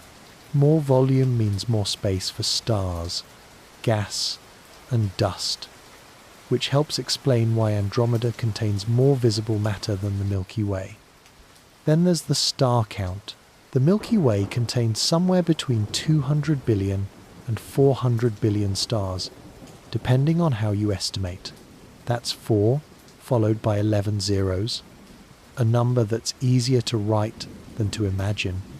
Andromeda is estimated to contain about 1 trillion stars, possibly more. 1 trillion is 1 followed by 12 zeros. If you tried to count to 1 trillion at one number per second, it would take you more than 30,000 years. And that's just counting, not accounting for the fact that each of those numbers represents an entire star, a sun with its own light, its own potential planets, its own place in the cosmic story. But star counts are estimates, not precise measurements. Most stars are too faint to see individually, especially in distant galaxies. Astronomers estimate star counts based on the galaxy's total brightness and assumptions about the types of stars present. Different assumptions give different results, which is why the numbers vary from study to study. What's clear is that Andromeda has more stars than the Milky Way, perhaps 2 or 3 times as many. Mass is another crucial number. The Milky Way's total mass, including dark matter, is estimated at around 1.5 trillion times the mass of the Sun. Andromeda's mass is similar, perhaps slightly higher, perhaps slightly lower, depending on the study. Recent estimates suggest they're actually quite close in total mass, even though Andromeda appears larger. This is possible because mass and size don't always correlate directly. A galaxy with more matter spread over a larger area can have the same total mass as a smaller galaxy where the matter is more concentrated. The mass of the central black holes also differs. The Milky Way's central black hole, Sagittarius A star, has a mass of about 4 million times the mass of the Sun. Andromeda's central black hole is much more massive, estimated at 100 million to 200 million solar masses. That's 25 to 50 times more massive than our black hole, a significant difference that affects the dynamics of the galaxy's central region. Brightness is measured in different ways. Absolute magnitude, a logarithmic scale where lower numbers indicate brighter objects, places Andromeda at about negative 21.5. The Milky Way is slightly fainter, at about negative 20.8. The difference of less than 1 magnitude means Andromeda is about twice as bright as the Milky Way in visible light. But brightness depends on the types of stars present. Andromeda has more massive, luminous stars, which makes it appear brighter even if its total mass is similar to the Milky Way's. The data also includes measurements of gas and dust. The Milky Way contains about 10 billion solar masses of gas, mostly hydrogen with some helium, and trace amounts of heavier elements. This gas is the raw material for future stars. Andromeda has a similar amount of gas, though estimates vary. Both galaxies are still forming stars, though at a relatively slow rate compared to younger, more active galaxies. The Milky Way produces about 1 to 2 solar masses of new stars per year. Andromeda's star formation rate is roughly the same, perhaps slightly higher. Rotation speeds add another layer of data. The Sun orbits the galactic center at about 220 kilometers per second. At that speed, it takes roughly 230 million years to complete one orbit. Andromeda rotates at similar speeds, with stars in its disk moving at comparable velocities. These rotation speeds, combined with the distances from the galactic center, allow astronomers to calculate the mass distribution within each galaxy and infer the presence of dark matter. The distance between the two galaxies is about 2.5 million light-years, though that number is constantly changing as they move toward each other. At their current approach speed of about 110 kilometers per second, they'll collide in roughly 4 billion years. That might sound like a long time, and it is by human standards, but in cosmic terms, 4 billion years is just a few ticks of the galactic clock. The numbers also include less tangible measurements. The age of the galaxies, for instance. Both the Milky Way and Andromeda formed more than 10 billion years ago in the early universe, when gas and dark matter were collapsing into the first large structures. Their oldest stars date back nearly to the beginning, while their youngest stars are only a few million years old. This range of ages tells us that galaxies are not static objects, but evolving systems, continually forming new stars and recycling old ones. Then there's the metallicity, the abundance of elements heavier than hydrogen and helium. The Milky Way's metallicity varies across the galaxy. The central bulge is metal-rich, filled with elements forged in generations of stars. The outer regions are metal-poor, containing more primordial hydrogen and helium. Andromeda shows a similar pattern, with higher metallicity near the center and lower metallicity in the outskirts. This gradient reflects the history of star formation, with the central regions having undergone more cycles of stellar birth and death. All of these numbers, vast as they are measurements of physical reality. They're not just abstractions. They represent real quantities, real distances, real masses. But when the numbers get this large, they do something to perception. They make the familiar unfamiliar. 100 billion stars stops being a count and becomes a texture, a quality, a sense of immensity that can't be reduced to digits. And yet, the data allows comparison. When you place the Milky Way's numbers next to Andromeda's, you see the relationship between them. Andromeda is larger in diameter, contains more stars, and shines more brightly. But the Milky Way is comparable in total mass, and might even rival Andromeda when dark matter is included. The two galaxies are similar in age, structure, and composition. They're like siblings, different in detail but fundamentally alike. The data also reveals what we don't know.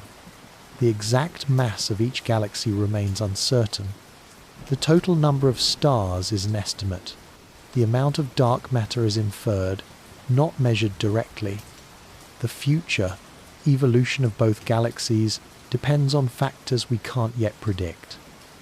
The numbers, for all their precision, come with error bars, uncertainties that remind us of the limits of our knowledge.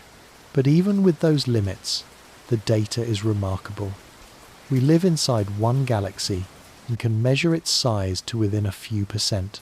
We observe another galaxy millions of light years away and can count its stars, estimate its mass, and predict its future.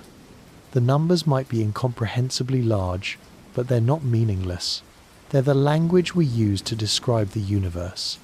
And through that language, we can compare, contrast, and understand the relationship between the Milky Way and Andromeda, two spirals drifting through the dark, close enough to be neighbors, large enough to hold billions of worlds.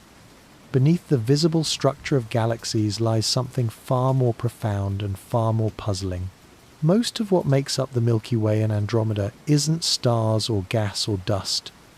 It's dark matter, an invisible substance that doesn't emit, absorb, or reflect light. We can't see it. We can't touch it. We can't detect it directly with any instrument we've built. And yet, it dominates both galaxies, making up roughly 85% of their total mass. Without it, neither galaxy could exist in its current form. The mystery of dark matter emerged gradually as astronomers measured the rotation of galaxies. When they calculated how far stars should be orbiting based on the visible matter alone, the numbers didn't match observations. Stars in the outer regions of galaxies were moving far too quickly. According to the laws of gravity, they should have been moving slower, or they should have been flung out of the galaxy altogether. But they weren't. Something invisible was holding them in place.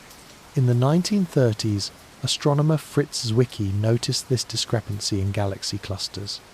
In the 1970s, Vera Rubin and Kent Ford confirmed it by measuring the rotation curves of individual spiral galaxies. Their observations showed that stars at the edge of galaxies orbit just as fast as those closer to the center, a flat rotation curve that can only be explained if there's additional unseen mass providing extra gravity. That unseen mass is what we now call dark matter. For the Milky Way and Andromeda, dark matter is not just present but dominant.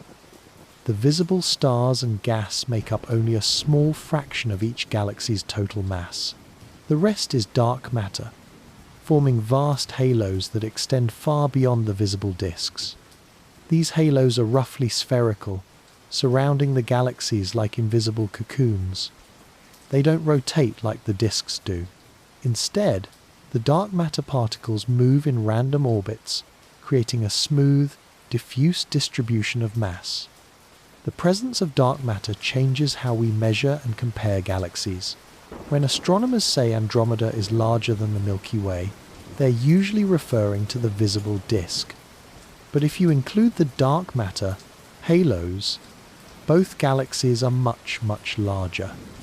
Andromeda's dark matter halo might extend 500,000 light-years from its center, possibly more. The Milky Way's halo is similarly vast.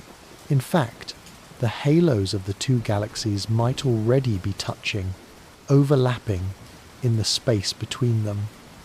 If we could see dark matter, the night sky would look entirely different.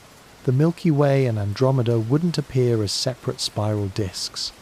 They'd be enormous spheres of glowing matter, so large that the visible disks would look like small bright cores at the center of vast halos. The boundary between the two galaxies would be blurred, perhaps non-existent. They might appear as one continuous structure, two bright centers embedded in a shared ocean of dark matter. But we can't see dark matter. We can only infer its presence from its gravitational effects. When light from distant galaxies passes near a massive object, the gravity of that object bends the light, creating distortions in the image. This effect, called gravitational lensing, has been used to map the distribution of dark matter in galaxy clusters. The technique works for large structures, but it's less useful for individual galaxies like the Milky Way and Andromeda because they don't produce strong enough lensing effects. Instead, astronomers rely on the motion of stars and satellites to trace the dark matter. By measuring how fast objects orbit at different distances, they can infer how much mass is present at each distance. The results consistently show that dark matter dominates the outer regions, where visible matter is sparse. The rotation curves remain flat even at large distances, indicating that dark matter continues far beyond where the stars end. The nature of dark matter remains one of the great unsolved mysteries of physics. We know it's there. We know roughly how much of it there is, but we don't know what it's made of. It's not ordinary matter, not atoms and molecules like the matter we're made of. It doesn't interact with light or with normal matter except through gravity. Countless experiments have searched for dark matter particles, but so far, none have been detected directly. There are theories, of course. Some physicists think dark matter is made of exotic particles called WIMPs, weakly interacting massive particles that barely interact with anything. Others propose axions, lightweight particles that exist in vast numbers. Still others suggest the problem isn't dark matter at all, but a modification of gravity, a change in how gravity works on large scales. But none of these theories have been confirmed, and the mystery persists. For the comparison between the Milky Way and Andromeda, dark matter introduces significant uncertainty. We can estimate the total mass of each galaxy by measuring rotation curves and the motion of satellite galaxies, but those estimates come with large error bars. The Milky Way's total mass is thought to be around 1.5 trillion solar masses, but it could be as low as 1 trillion or as high as 2 trillion. Andromeda's mass is similarly uncertain. Recent studies have tried to refine these estimates. By observing the motion of satellite galaxies orbiting the Milky Way and Andromeda, astronomers can infer the gravitational pull of the parent galaxies, which depends on their total mass. The results suggest that the two galaxies are surprisingly similar in mass, despite their different appearances. Andromeda looks bigger because its visible matter is more spread out, but when you include the dark matter, the two galaxies might be nearly equal. This revelation changes the comparison. If the Milky Way and Andromeda have similar total masses, then the differences between them are more about distribution than about actual size. Andromeda has more stars spread over a larger area. The Milky Way has fewer stars but similar total mass, meaning its dark matter halo is proportionally larger or denser. Both interpretations are possible, and the truth might lie somewhere in between. The deeper mystery of dark matter also affects predictions about the future. When the two galaxies collide, their dark matter halos will merge first, long before the visible disks touch. The dark matter will pass through itself, barely interacting, creating a single larger halo that will encompass both galaxies. The stars and gas will follow later, pulled inward by the combined gravitational field of the merged dark matter halo. Understanding dark matter is crucial for understanding galaxies, but it's also humbling. The universe is made mostly of something we can't see, can't detect, and can't explain. We're like someone trying to understand the ocean by studying only the waves on the surface. The vast bulk of it, the deep water below, remains hidden. Dark matter is that hidden depth, the substance that shapes galaxies but remains invisible to all our instruments. The mystery goes deeper still. Dark matter isn't just in galaxies, it's everywhere, forming a cosmic web that spans the entire universe. Galaxies form where dark matter is densest, along filaments that connect clusters and superclusters. The large-scale structure of the universe, the arrangement of galaxies into walls and voids, is determined by the distribution of dark matter. The visible universe, the stars and galaxies we can see, is just the foam on the surface of an ocean of dark matter. For the Milky Way and Andromeda, the weight of what we cannot see is greater than the weight of what we can. The stars we see, the gas clouds, the dust lanes, all of it is supported by an invisible scaffold of dark matter. Without that scaffold, the galaxies would collapse or disperse. The spiral arms would unwind. The stars would scatter. Dark matter is the foundation on which galaxies are built, and yet we know almost nothing about it. This mystery doesn't diminish our understanding of galaxies. If anything, it deepens it. We know that galaxies are more than just stars and gas. We know that the visible is only a fraction of the real, and we know that comparing the Milky Way and Andromeda requires accounting for this invisible mass, even if we can't see or measure it directly. The data tells us that both galaxies are dominated by dark matter, that their halos extend far beyond their visible disks, and that their true size and mass are far greater than what we see in photographs. The weight of what we cannot see is a reminder that the universe is full of mysteries, that our knowledge is incomplete, and that the most significant parts of reality might be the ones we can't directly observe. Dark matter shapes galaxies, binds them together, and determines their fate. And as the Milky Way and Andromeda drift toward each other, it's the dark matter that will merge first, creating the gravitational framework for the collision to come. After decades of measurements, observations, and calculations, a consensus began to emerge. Andromeda is larger than the Milky Way, at least in the ways we can most easily measure. Its visible disk is more than twice as wide. It contains more stars, perhaps 2 or 3 times as many. It shines more brightly in visible light. By nearly every metric based on what we can see, Andromeda is the larger of the 2 galaxies.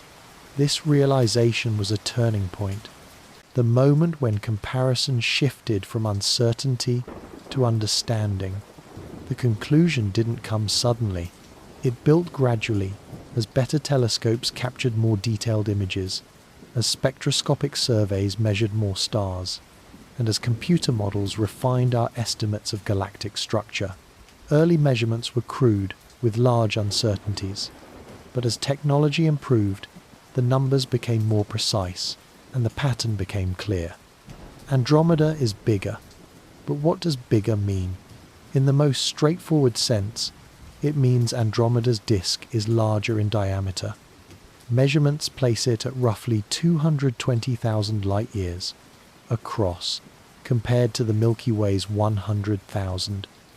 That's a significant difference, more than a factor of 2. If you could place the 2 galaxies side by side, Andromeda would dwarf the Milky Way, its spiral arms extending far beyond where ours end. The star count tells a similar story. While the exact numbers are uncertain, Andromeda likely contains about 1 trillion stars compared to the Milky Way's 400 billion. That's a difference of 600 billion stars, each one a sun with its own light. The sheer number is staggering, but it's consistent with Andromeda's larger size. More volume means more space for stars, gas, and dust. A larger disk can hold more stellar nurseries, more spiral arms, more regions where gravity compresses gas into new suns. The brightness difference is less dramatic, but still noticeable. Andromeda is about twice as luminous as the Milky Way in visible light. This makes sense given its larger star count, though brightness also depends the types of stars present. Massive, hot stars shine much more brightly than smaller, cooler ones. Andromeda's higher luminosity suggests it has more of these massive stars, or that its stellar population is skewed toward younger, brighter stars. The realization that Andromeda is larger was significant not just for the comparison itself, but for what it implied about the Milky Way.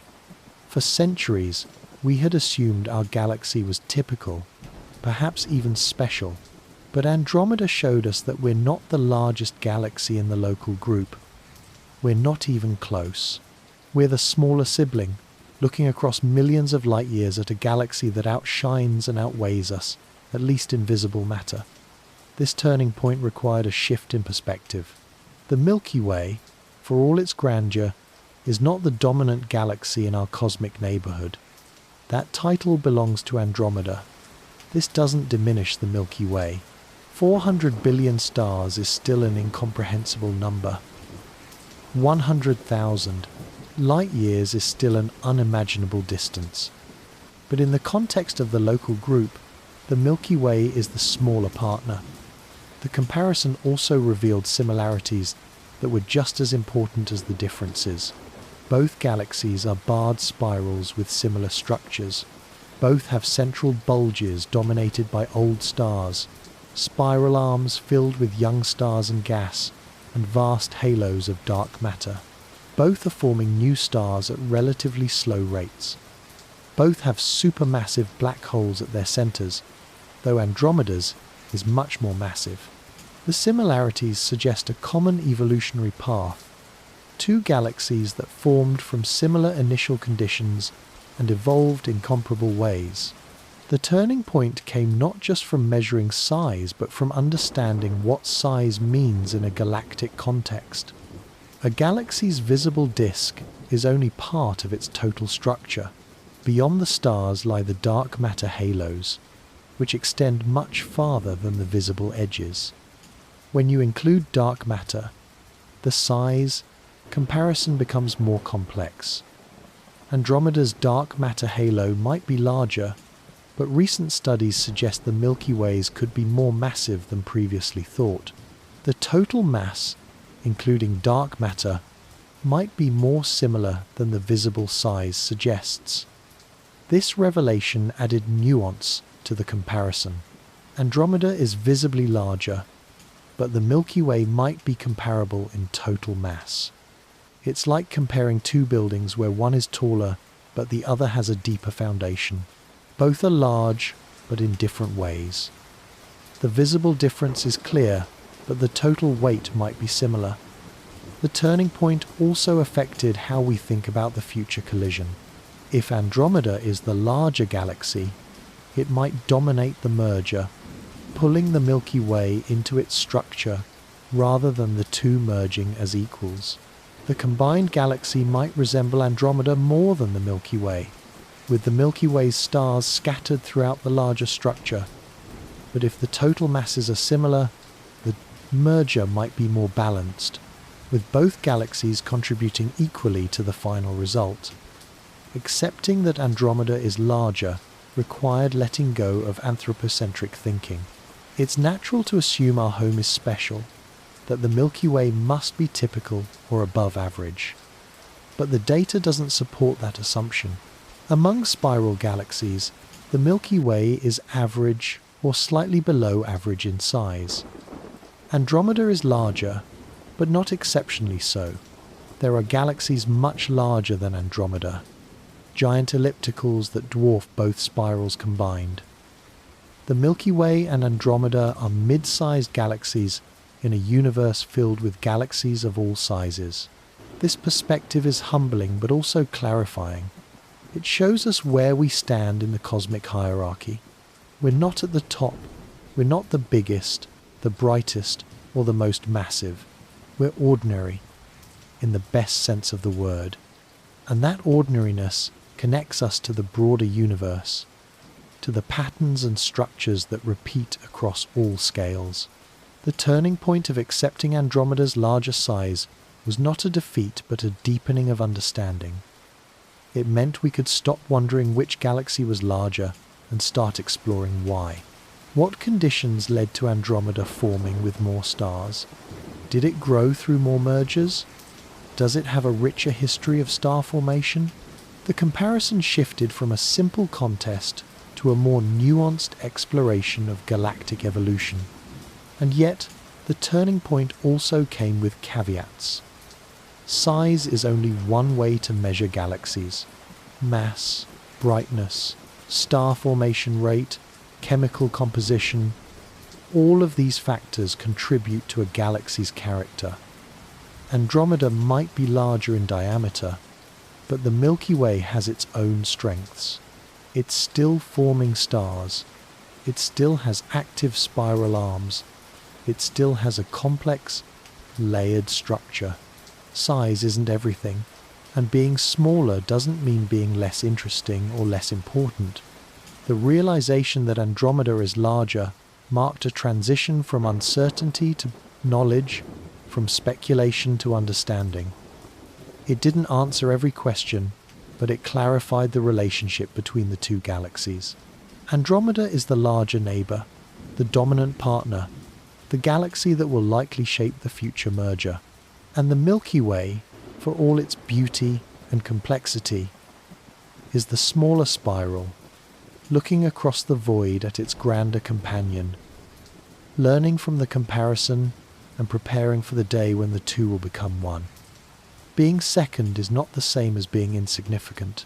When the measurements confirmed that Andromeda is larger than the Milky Way, it didn't diminish our galaxy.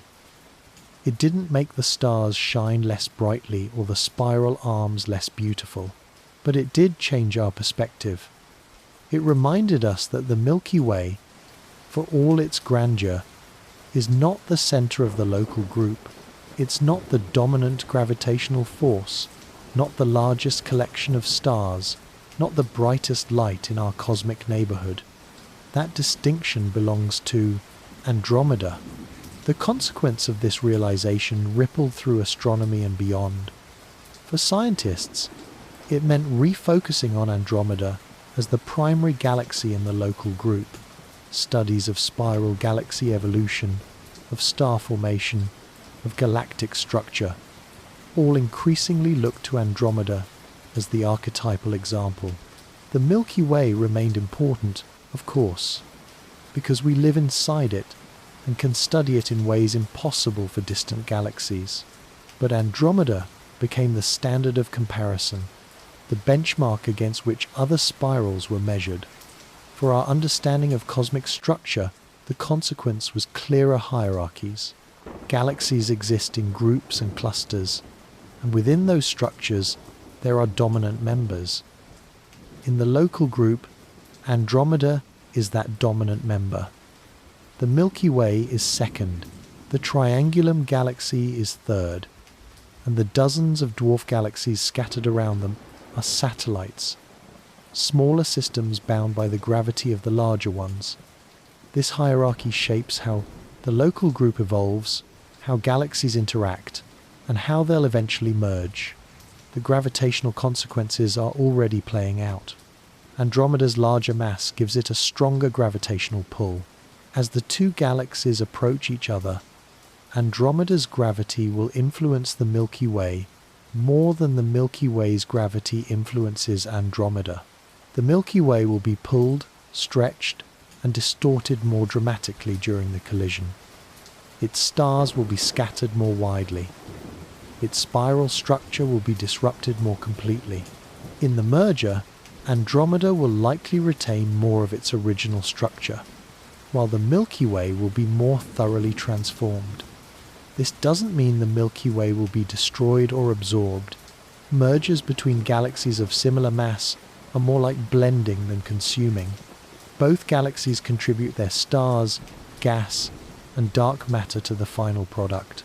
But the larger galaxy, the one with more mass, tends to dominate the dynamics of the merger. Andromeda's greater size means it will likely determine the shape and structure of the combined galaxy, with the Milky Way stars mixed throughout. For the satellites of both galaxies, the consequence of Andromeda being larger is equally significant. The Milky Way has its own collection of satellite galaxies, including the large and small Magellanic Clouds. Andromeda has its satellites too, including M32 and M110. As the two larger galaxies merge, their satellites will be affected. Some might be pulled into the combined galaxy, absorbed and scattered. Others might be flung outward, ejected into intergalactic space by the gravitational chaos of the merger. The hierarchy of sizes determines which satellites survive and which are lost. There's also a consequence for how we think about our place in the universe. Living in the second largest galaxy in the local group is humbling. It reminds us that we're not special, not central, not uniquely positioned. We're part of a system where we're not the dominant member. This parallels the broader realization that humanity has faced repeatedly throughout history. We're not at the center of the solar system. We're not at the center of the Milky Way, and the Milky Way itself is not the center or the largest member of the local group. Each discovery is a step away from centrality, a reminder that the universe doesn't revolve around us. But being second also has its advantages. The Milky Way's smaller size means it's easier to study in some ways. It's less massive, less complex, less overwhelming. For astronomers trying to understand galactic structure, the Milky Way is a more manageable subject. Andromeda's larger size makes it more impressive, but also more difficult to study in detail. The sheer number of stars, the complexity of its structure, the vastness of its dark matter halo, all of these make Andromeda harder to measure and model. The consequence of being second is also emotional, philosophical. It affects how we feel about our home galaxy. There's a natural pride in being part of something grand, something large and important. Learning that our galaxy is smaller than our neighbor can feel like a loss, a diminishment, but it can also be liberating. We don't need to be the biggest to be important. We don't need to be the brightest to shine. The Milky Way is still home to hundreds of billions of stars, to countless worlds, to all of human history. Its size relative to Andromeda doesn't change that. In practical terms, being second means the Milky Way is the secondary partner in a gravitational dance. The two galaxies are approaching each other, but Andromeda's larger mass means it's pulling the Milky Way more than the Milky Way is pulling it. The center of mass of the two galaxy system, the point around which both are orbiting, is closer to Andromeda than to the Milky Way. This asymmetry will affect how the collision unfolds, with the Milky Way moving faster relative to the center of mass and Andromeda moving more slowly. The consequence extends to predictions about the merged galaxy. When the Milky Way and Andromeda combine, the result will be a single, large elliptical galaxy. That galaxy's mass, brightness, and size will be determined by the combined properties of both spirals. But because Andromeda is larger, it will contribute more to the final product. The merged galaxy will be more Andromeda than Milky Way, at least in terms of visible matter. The Milky Way's stars will be there, mixed throughout the structure, but they'll be outnumbered by Andromeda's stars. There's also a consequence for how we name things. The merged galaxy has been informally called Milkomeda or Milkdromeda, names that blend both galaxies. But if astronomers were to name it based on which galaxy dominates, it might be more accurate to call it Andromeda Prime or New Andromeda. The Milky Way's contribution, while significant, will be secondary to Andromeda's. This naming convention reflects the hierarchy of sizes and masses. But perhaps the most profound consequence of being second is the reminder that size is relative. In the local group, the Milky Way is second, but in the broader universe, it's still a significant galaxy. There are billions of galaxies smaller than the Milky Way, dwarf galaxies with only a few billion stars, irregular galaxies with no clear structure. Compared to them, the Milky Way is enormous. Perspective matters, and while we might be second in our neighborhood, we're still part of the upper tier of galaxies in the universe. The consequence of Andromeda being larger is not a judgment on the Milky Way's value or importance. It's simply a fact, a measurement, a piece of data that helps us understand the relationship between two galaxies. It tells us how the merger will unfold, which galaxy will dominate the dynamics, and how the final structure will be shaped. But it doesn't tell us everything. The Milky Way is still our home, still the galaxy that contains every star we've ever seen with our own eyes, still the system that gave rise to the Sun, the Earth, and life itself. Being second means we have something to look up to, something to compare ourselves against, something to learn from. Andromeda is larger, and that difference teaches us about galaxy formation, evolution, and structure. It gives us a benchmark for understanding spiral galaxies in general, and it reminds us that comparison is not about winning or losing, but about understanding, about seeing ourselves in context, and about appreciating the diversity of structures in the universe. Understanding that Andromeda is larger than the Milky Way didn't just change how we see these two galaxies. It changed how we see ourselves, our place in space, and the way we write our cosmic address. Before Hubble's discoveries, humanity's address was simple. We lived on Earth, in the solar system, somewhere in the Milky Way, and that was the universe. Now our address is far more complex, layered with hierarchies that stretch from the local to the cosmic. Earth orbits the Sun. The Sun is one star among 400 billion in the Milky Way. The Milky Way is the second largest galaxy in the local group. The local group is part of the Virgo supercluster. The Virgo supercluster is a small part of the Laniakea supercluster, and Laniakea is just one structure among countless others in the observable universe. Each layer of this address represents a different scale, a different context, a different way of understanding where we are. The realization that the Milky Way is not the largest galaxy in our neighborhood added a crucial detail to that address.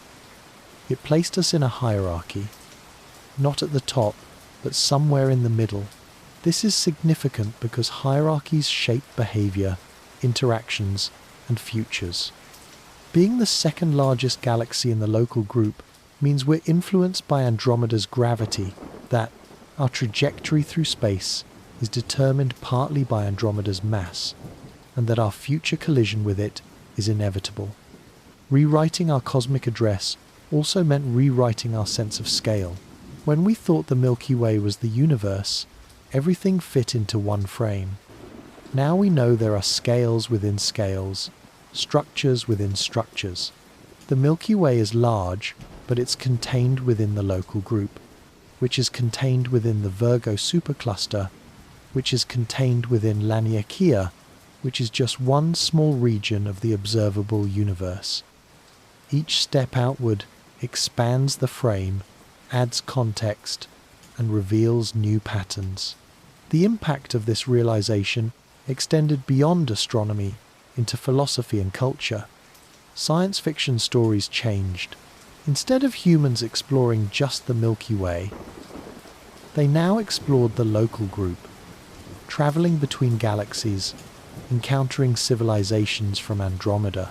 The idea of intergalactic travel, once purely theoretical, became an imaginative possibility.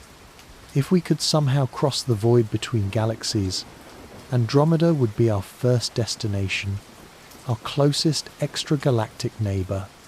The rewritten address also affected how we search for life. If intelligent civilizations exist in Andromeda, and if they're looking outward the same way we are, what would they see when they look at the Milky Way? They'd see a smaller spiral galaxy, less bright, less massive, but still significant. They'd be able to measure its size, count its stars, and predict the collision just as we do. The symmetry is striking. Two galaxies, each with potential for life, each looking at the other across millions of light years, each trying to understand what they see. For planetary science and astrobiology, the larger context mattered too. Planets exist not just around stars, but within galaxies, within groups, within superclusters. The environment at each scale affects conditions at smaller scales. Galactic mergers trigger bursts of star formation, which can increase the rate of supernova, which can irradiate nearby star systems. Living in the second largest galaxy of a group approaching a merger means our cosmic environment is dynamic, evolving, and not as stable as we might like to think. The impact on our understanding of galactic evolution was equally profound. Galaxies don't exist in isolation. They interact, merge, and influence each other. The local group is a perfect laboratory for studying these interactions because we can observe them in detail. The Milky Way and Andromeda, along with their satellites, form a system where gravity, dark matter, and stellar populations all play roles. Studying this system has taught us how galaxies evolve, how they grow through mergers, and how they'll eventually change form. The rewritten address also changed timelines. When we thought the Milky Way was everything, the timeline of the universe was the timeline of our galaxy. Now we understand that galaxies have their own timelines, overlapping but distinct. The Milky Way formed about 13 billion years ago. Andromeda formed around the same time. They've been separate for most of their existence, but in 4 billion years, they'll merge. That merger is a key event in the local group's timeline, a moment when two distinct histories combine into one. For anyone trying to understand the universe, the rewritten cosmic address is essential. It tells us not just where we are, but how we got here and where we're going. We live on a planet that formed from the remnants of dead stars, in a solar system orbiting through a spiral galaxy that's the second largest in a group of galaxies. That's part of a supercluster that's drifting through an expanding universe. Each part of that address connects to the others, forming a nested hierarchy of scales. The impact of rewriting our address is also practical. It affects how we plan space missions, how we aim our telescopes, and how we search for answers to fundamental questions. Knowing the Milky Way is part of a larger system means we need to study that system to fully understand our galaxy. We can't just look inward, we have to look outward too, at Andromeda, at the other galaxies in the local group, and at the larger structures they're part of. Culturally, the rewritten address changed how people think about their place in the universe. It's one thing to know you live in a galaxy. It's another to know your galaxy has neighbors, that one of those neighbors is larger, and that someday those neighbors will collide. This knowledge adds depth to our sense of belonging. We're not isolated. We're part of a cosmic neighborhood with relationships, dynamics, and a shared future. The rewritten address also highlighted the importance of dark matter. When you include dark matter in your cosmic address, every scale becomes more complex. The Milky Way isn't just stars and gas. It's mostly dark matter. The local group isn't just galaxies. It's dark matter, halos overlapping and interacting. The larger structures, superclusters, and filaments are shaped primarily by dark matter. Our address, in its most complete form, acknowledges that most of the universe is invisible, and that what we can see is just the surface of something far deeper. For education, the rewritten address became a tool for teaching scale.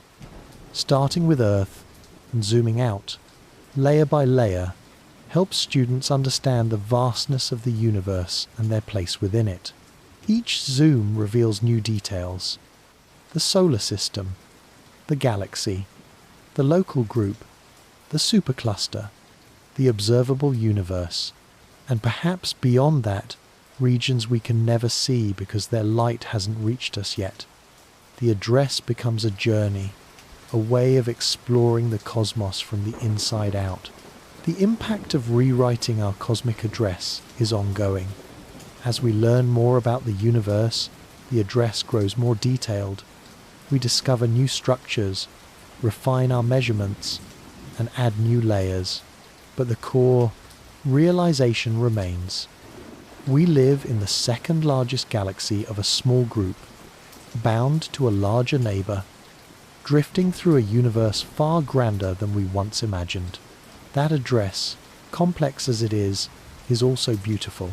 It connects us to everything else, from the smallest planet to the largest supercluster, and it reminds us that we're part of something unimaginably vast, yet comprehensible, infinite, yet knowable. Behind every measurement of the Milky Way and Andromeda stands a human being. Someone who stayed up late staring at photographic plates. Someone who did calculations by hand before computers existed. Someone who spent years observing the same patch of sky, waiting for a variable star to pulse. The story of how we learn to compare these two galaxies is not just a story of telescopes and data. It's a story of people, of dreamers who looked up and refused to accept that the universe was unknowable. Edwin Hubble is the name most associated with proving Andromeda is a separate galaxy, but he stood on the shoulders of countless others. Henrietta Swan-Leavitt discovered the relationship between Cepheid variable periods and luminosity, the key tool Hubble used to measure distance. She worked at Harvard College Observatory in the early 1900s, examining thousands of photographic plates, marking variable stars, and measuring their periods with painstaking precision. Her work was largely uncredited during her lifetime, but without it, Hubble's discovery would not have been possible. Harlow Shapley, who debated against the island universe theory, was not wrong to be skeptical. Science advances through skepticism, through demanding evidence before accepting extraordinary claims. Shapley's measurements of globular clusters actually helped establish the true size of the Milky Way, showing it was far larger than previously thought. His work expanded our sense of scale, even as he argued that the Milky Way was everything. He was wrong about the spiral, nebulae, but his rigorous approach to measurement set standards that others followed. Vera Rubin, who confirmed the existence of dark matter through rotation curve measurements, brought a different kind of persistence to astronomy. In the 1970s, when women in science faced significant barriers, she measured the rotation speeds of stars in dozens of galaxies. The data consistently showed flat rotation curves, indicating unseen mass. Her work was initially met with skepticism, but as more observations confirmed her findings, the astronomical community accepted that dark matter was real. She never won a Nobel Prize, but her contributions fundamentally changed how we understand galaxies. Fritz Zwicky, who first proposed dark matter in the 1930s, was considered eccentric, even difficult. He made bold claims that other astronomers found hard to believe. His measurements of galaxy clusters showed they contained far more mass than visible stars could account for. He called this missing mass Dunkel Materie, dark matter, and spent decades arguing for its existence. Most of his peers ignored him. It took 40 years for his ideas to be taken seriously, but eventually the evidence proved him right. These scientists, and hundreds of others, form a human chain connecting us to the discoveries that allowed us to compare the Milky Way and Andromeda. Each one contributed a piece, a technique, a measurement, an insight. They worked in different eras, used different tools, and asked different questions, but they were all driven by the same fundamental curiosity. What's out there? How big is it? How can we know? The human element also includes the mistakes, the false starts, the years spent pursuing ideas that turned out to be wrong. Early estimates of the Milky Way's size were off by factors of 2 or 3. Distance measurements to Andromeda were initially too small because astronomers didn't account for dust dimming the light. Theories about galactic structure were revised repeatedly as new data came in. Science is not a straight path from ignorance to knowledge. It's a winding road with detours, backtracking, and occasional dead ends. But the mistakes are part of the story. They show that science is a human endeavor, subject to human limitations. We work with imperfect instruments, incomplete data, and our own biases. The remarkable thing is not that we make mistakes, but that we eventually correct them. That we build systems of observation and verification that allow us to converge on truth over time. The dreamers who measured the dark were not superhuman. They were people with day jobs, families, frustrations, and doubts. Hubble worked as a high school teacher before becoming an astronomer. Leavitt was employed as a computer, a low-paid position, analyzing data for male astronomers who got the credit. Rubin faced professors who told her women didn't belong in science. Zwicky was often dismissed as cranky and difficult to work with. They succeeded not because they were perfect, but because they were persistent. The human element also includes the collaboration, the way knowledge builds across generations. Leavitt's discovery enabled Hubble's measurement. Hubble's measurement enabled distant studies to other galaxies. Those studies enabled the discovery of cosmic expansion. Expansion studies led to dark energy. Each discovery opens doors to new questions, new investigations, new dreamers who take up the work where others left off. In more recent decades, the human element includes teams rather than individuals. Projects like the Gaia mission involve hundreds of scientists, engineers, and technicians working together to map the Milky Way. The Hubble Space Telescope, named for Edwin Hubble, represents the efforts of thousands of people over decades. Modern astronomy is collaborative, international, and built on the contributions of many rather than the genius of a few. Matter. Someone has to ask the question that leads to a new observation. Someone has to notice the pattern in the data that others missed. Someone has to persist when funding runs out or when results don't make sense. The human element is still there, just distributed across more people, more institutions, more countries. The story of comparing the Milky Way and Andromeda is also a story of technology. Each advance in telescope design, detector sensitivity, or computational power enabled new measurements. The shift from photographic plates to digital detectors increased sensitivity by orders of magnitude. The launch of space telescopes eliminated atmospheric distortion. The development of infrared and radio astronomy revealed structures invisible to optical telescopes. Technology extended human reach, allowing us to see farther, measure more precisely, and understand more deeply. But technology is also human. People design telescopes, build instruments, write software, and calibrate detectors. The Hubble Space Telescope was famously launched with a flawed mirror, a mistake that required a daring repair mission. The Gaia spacecraft required years of planning and engineering to achieve its precision. Technology doesn't advance on its own. It advances because people push it forward, solving problems, overcoming obstacles, and refusing to accept limitations. The human element includes the motivation, the why behind the effort. Why spend years measuring variable stars? Why dedicate a career to rotation curves? Why build ever larger telescopes? For some, it's pure curiosity, the desire to know for its own sake. For others, it's the beauty of the cosmos, the aesthetic pleasure of understanding elegant patterns.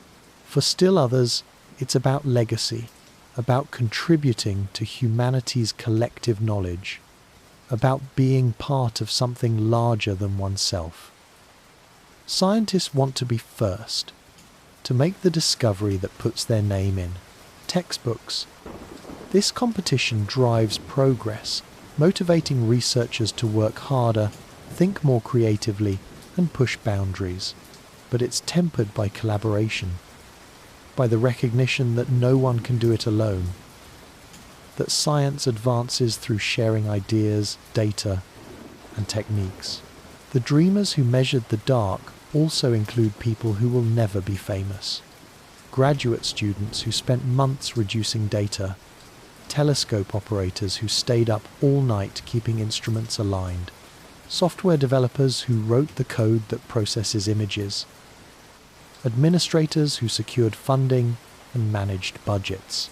Science is a collective enterprise, and the human element extends to everyone who contributes, no matter how small their role might seem. Looking forward, the human element continues. New generations of astronomers are refining measurements of the Milky Way and Andromeda, using instruments like the James Webb Space Telescope and future missions planned for the coming decades. They're asking new questions, developing new techniques, and pushing the boundaries of what we can know. They're the next links in the human chain, carrying forward the work of those who came before. The human element is also personal. When you look up at the Milky Way or catch a glimpse of Andromeda, you're seeing what those dreamers saw.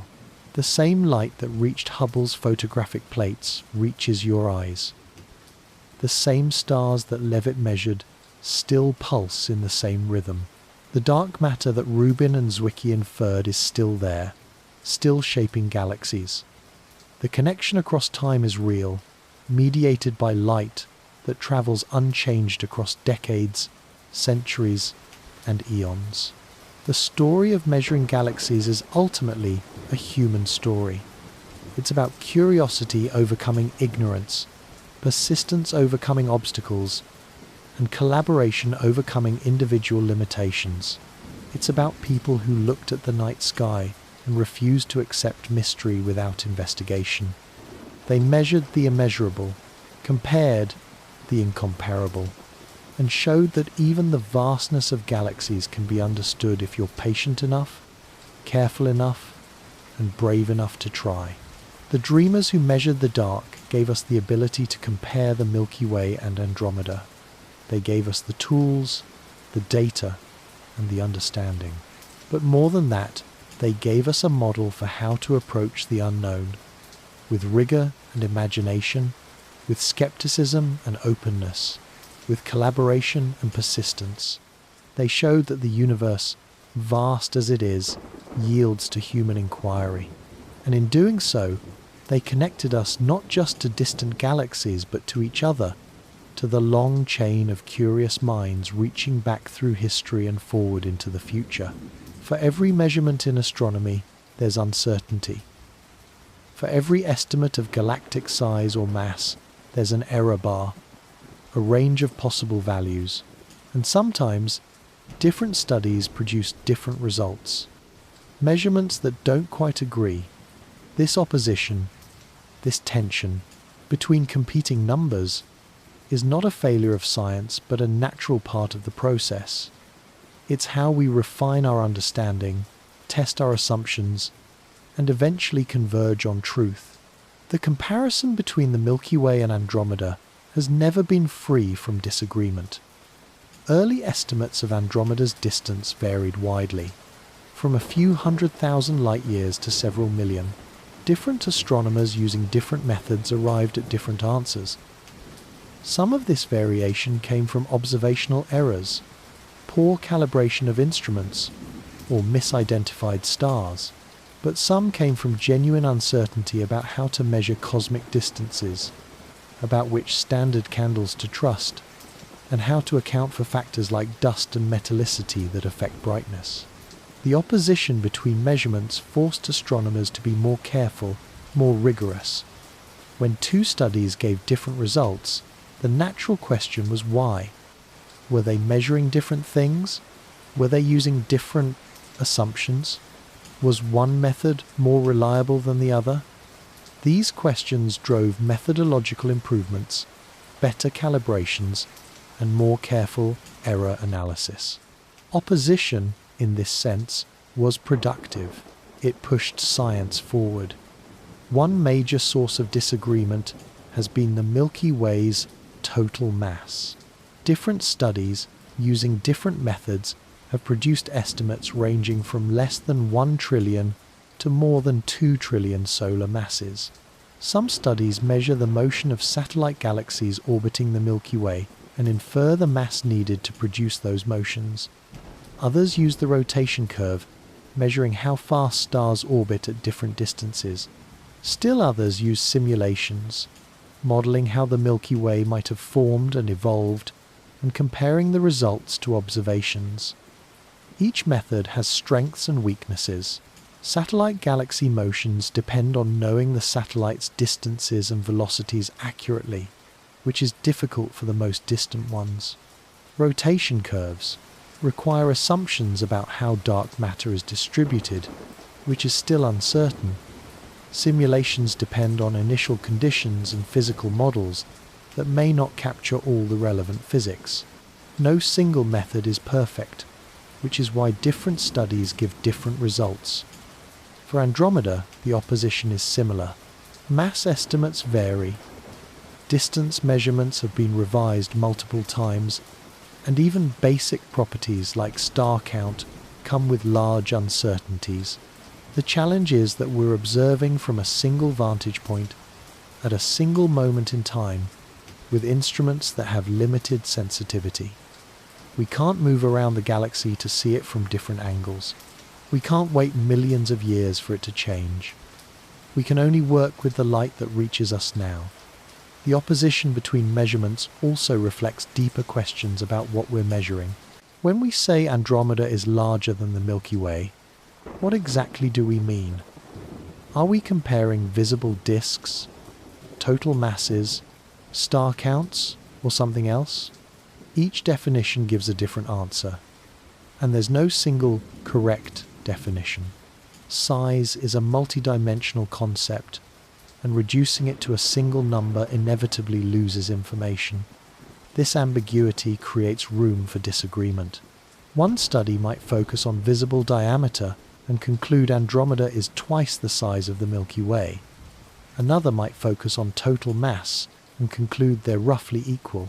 Both studies can be correct within their own frameworks, but they seem to contradict each other if you don't look closely at what they're measuring. The opposition also comes from evolving technology.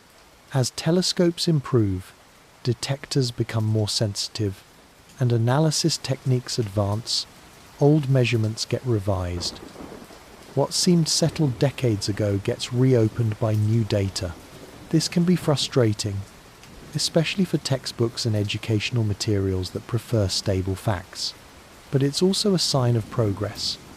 We're not stuck with old answers. We continue, refining them as better data becomes available. One famous example of this revision involves the Hubble constant, the rate at which the universe is expanding. Different methods for measuring it have produced different values, a discrepancy that persists despite decades of work. This disagreement has implications for understanding cosmic distances, including the distance to Andromeda. If the universe is expanding faster than we thought, distances need to be recalculated. If it's expanding slower, the same is true. The opposition between measurements at one scale affects calculations at all scales. For comparing the Milky Way and Andromeda, the opposition between numbers means we have to live with uncertainty. We can say Andromeda is larger with reasonable confidence, but the exact ratio depends on what you're measuring and whose measurements you trust. We can say both galaxies are approaching each other, but the exact time until collision has error bars of hundreds of millions of years. We can estimate their masses, but different studies give results that vary by 50% or more. This uncertainty can be uncomfortable. We want clear answers, definitive statements, numbers we can rely on. But the universe doesn't always cooperate.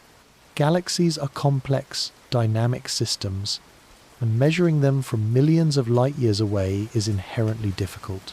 The opposition between measurements is a reminder of those difficulties, a signal that we're pushing the limits of what we can know. But opposition is also an opportunity. When measurements disagree, it motivates new observations, better instruments, and more careful analysis. It drives progress. The history of astronomy is full of examples where disagreements led to breakthroughs. The opposition between different estimates of stellar distances led to the discovery of Cepheid variables. The opposition between rotation curves and expected masses led to the discovery of dark matter. Disagreement is not something to fear. It's something to investigate. The opposition also keeps scientists honest. If everyone agreed on every measurement, there'd be no incentive to double-check, to verify, to look for errors. It means you have to show your work, explain your assumptions, and be open to the possibility that you might be wrong. This adversarial process, where ideas are tested against each other, is one of science's great strengths.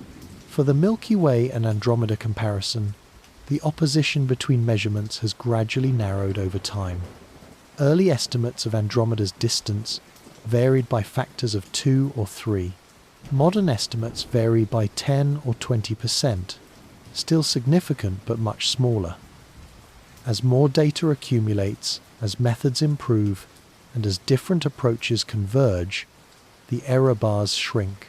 We may never have exact answers, but we get closer to them with each new observation. The opposition also reminds us that science is a process, not a product. The goal is not to arrive at final, unchanging answers, but to continuously refine our understanding. Numbers that don't agree are not failures. They're invitations to dig deeper, to understand why the disagreement exists, and to find ways to resolve it. Sometimes that means better data. Sometimes it means better theory. Sometimes it means recognizing that the question itself needs to be reformulated. In the end, the opposition between measurements is part of what makes science reliable. If all studies always agreed perfectly, you'd suspect the game was rigged, that people were copying each other's results or suppressing disagreements.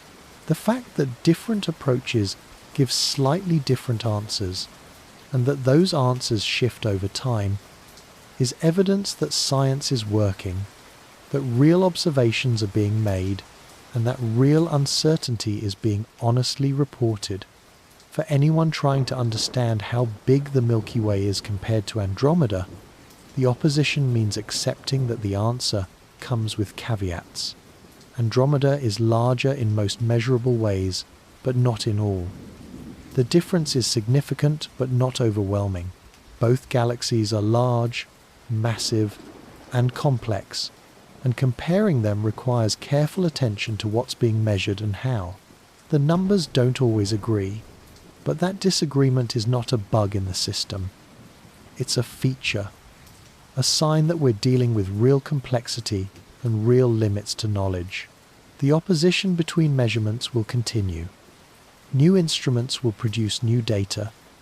New techniques will generate new estimates. Some will agree with previous results, confirming what we thought we knew. Others will challenge old conclusions, forcing revisions.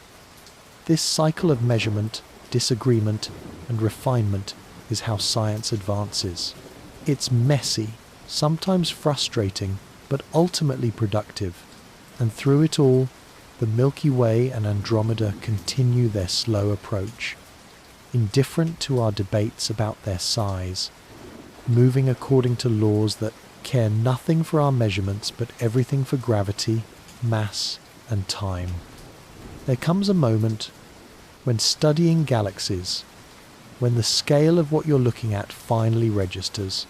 It's not the first time you hear the numbers. It's not even the 10th time. It's some later moment when you're looking at an image of the Milky Way or Andromeda, when the light has been traveling for millions of years, when you realize that every tiny point in that image is a sun, possibly with planets, possibly with life. And suddenly, the scale isn't just a number anymore. It's a weight, a presence, an almost physical sensation of vastness. This awakening happens differently for everyone. For some, it comes while looking through a telescope and seeing Andromeda for the first time. That faint smudge resolving into something real, something distant, something enormous. For others, it comes while reading about stellar populations and realizing that a typical galaxy contains more stars than there are, seconds in a million years. For still others, it comes while trying to explain the concept to someone else and hearing your own words describe something that sounds impossible but is real. The awakening is the moment when you stop thinking about galaxies as objects and start thinking about them as universes, as collections so vast that the word collection fails to capture their scale. A galaxy is not a thing. It's a system, a structure, a community of billions of suns bound together by gravity and time. And when you compare two galaxies, you're not comparing two objects, you're comparing two universes. Scale changes everything because it changes what questions make sense. On human scales, we can ask, which building is taller? Which mountain is higher? These questions have clear answers. But when you scale up to galaxies, the questions become less clear. Which galaxy is larger? Well, it depends on what you mean by larger. Diameter? Mass? Volume? Each answer tells a different story. The scale is so vast that simple comparisons break down, and you have to be more careful about what you're asking. The awakening also changes your relationship to the night sky. Before you understand galactic scale, stars are just points of light.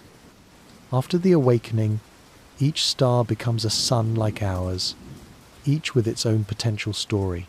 And the Milky Way, that pale band across the sky, becomes not just a pretty pattern but a cross-section of our home, a glimpse of the vast structure we live inside. You can't unsee it once you see it. The night sky becomes layered with meaning, with distance, with time. For comparing the Milky Way and Andromeda, the awakening means recognizing that the comparison itself is almost absurd.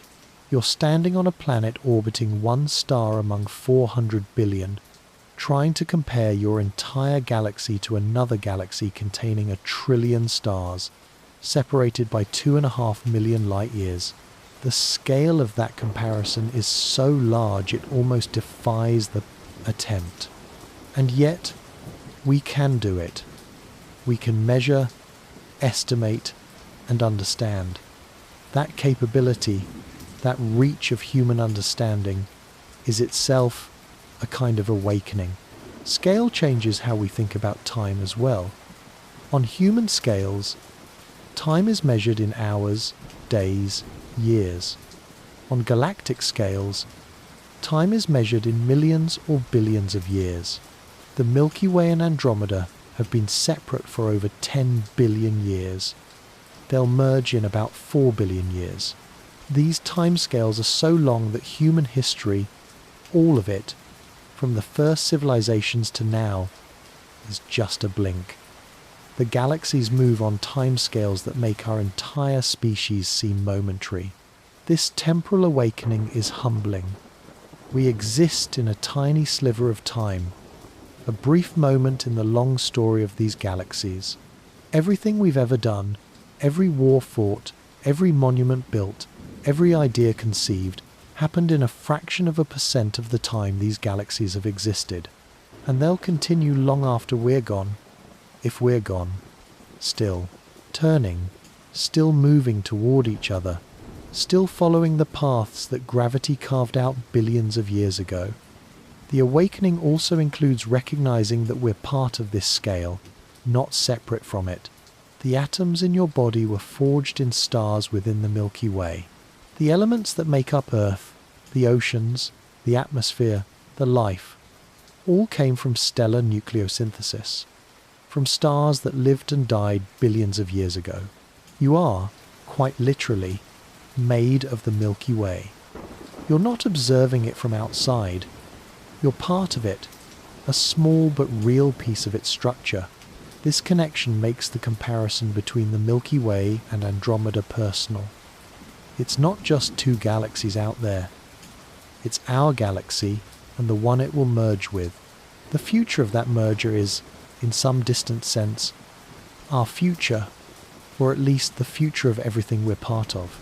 The atoms that make us up will one day be part of the merged galaxy, scattered among stars that don't exist yet, in patterns we can't predict. Scale also changes how we think about life.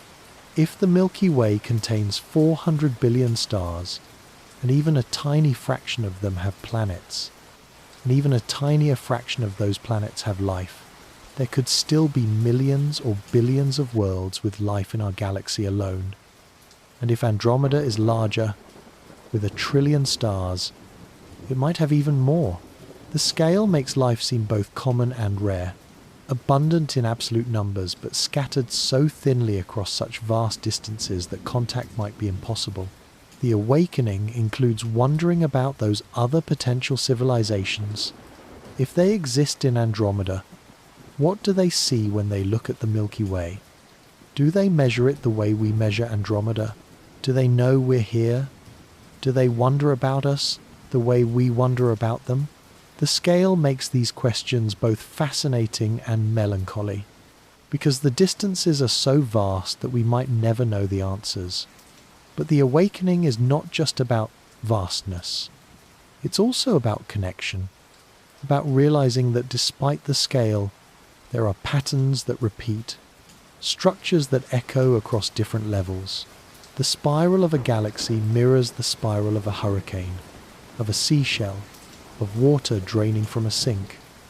The forces that shape galaxies, gravity and rotation, are the same forces that shape planets and stars. The scale changes, but the physics doesn't. There's a unity to it, a coherence that makes the universe comprehensible even at immense scales. The awakening changes how you see yourself. You're small, yes, impossibly small compared to a galaxy, but you're also capable of understanding that galaxy, of measuring it, of predicting its future. It means that consciousness, awareness, understanding, these things can reach across scales, can encompass the vast, even while remaining small. The mind can hold a galaxy, even though the body is tiny. That's a profound kind of scale, one that's not about size, but about reach. For many people, the awakening brings a sense of peace. The problems of daily life, the worries and anxieties, they don't disappear, but they shift into perspective. Against the scale of galaxies, individual troubles seem smaller, more manageable. There's comfort in knowing you're part of something vast, something that was here long before you and will be here long after. It's a reminder that your life, brief as it is still part of the cosmic story. Scale changes everything because it changes what matters. Questions that seemed important, like who's bigger or better, become less meaningful when you realize that both galaxies are immense, that both are ancient, that both will merge and become something new. The comparison is interesting, yes, but the deeper truth is that they're both part of the same unfolding pattern, the same cosmic evolution. The awakening is ongoing. Every new observation, every new measurement, every new image deepens the sense of scale. The James Webb Space Telescope shows galaxies at the edge of the observable universe. so distant their light has been traveling for 13 billion years. Each discovery adds another layer to the awakening, another reminder of how vast the cosmos is and how remarkable it is that we can comprehend any of it. In the end, the awakening is about accepting scale without being overwhelmed by it. Yes, galaxies are incomprehensibly large. Yes, the universe extends far beyond what we can see. Yes, our lives are brief compared to cosmic time. But we're here, we're aware, and we're capable of understanding. That's enough. That's more than enough. The scale doesn't diminish us. In a strange way, it elevates us, because we're the part of the universe that's become conscious of its own vastness.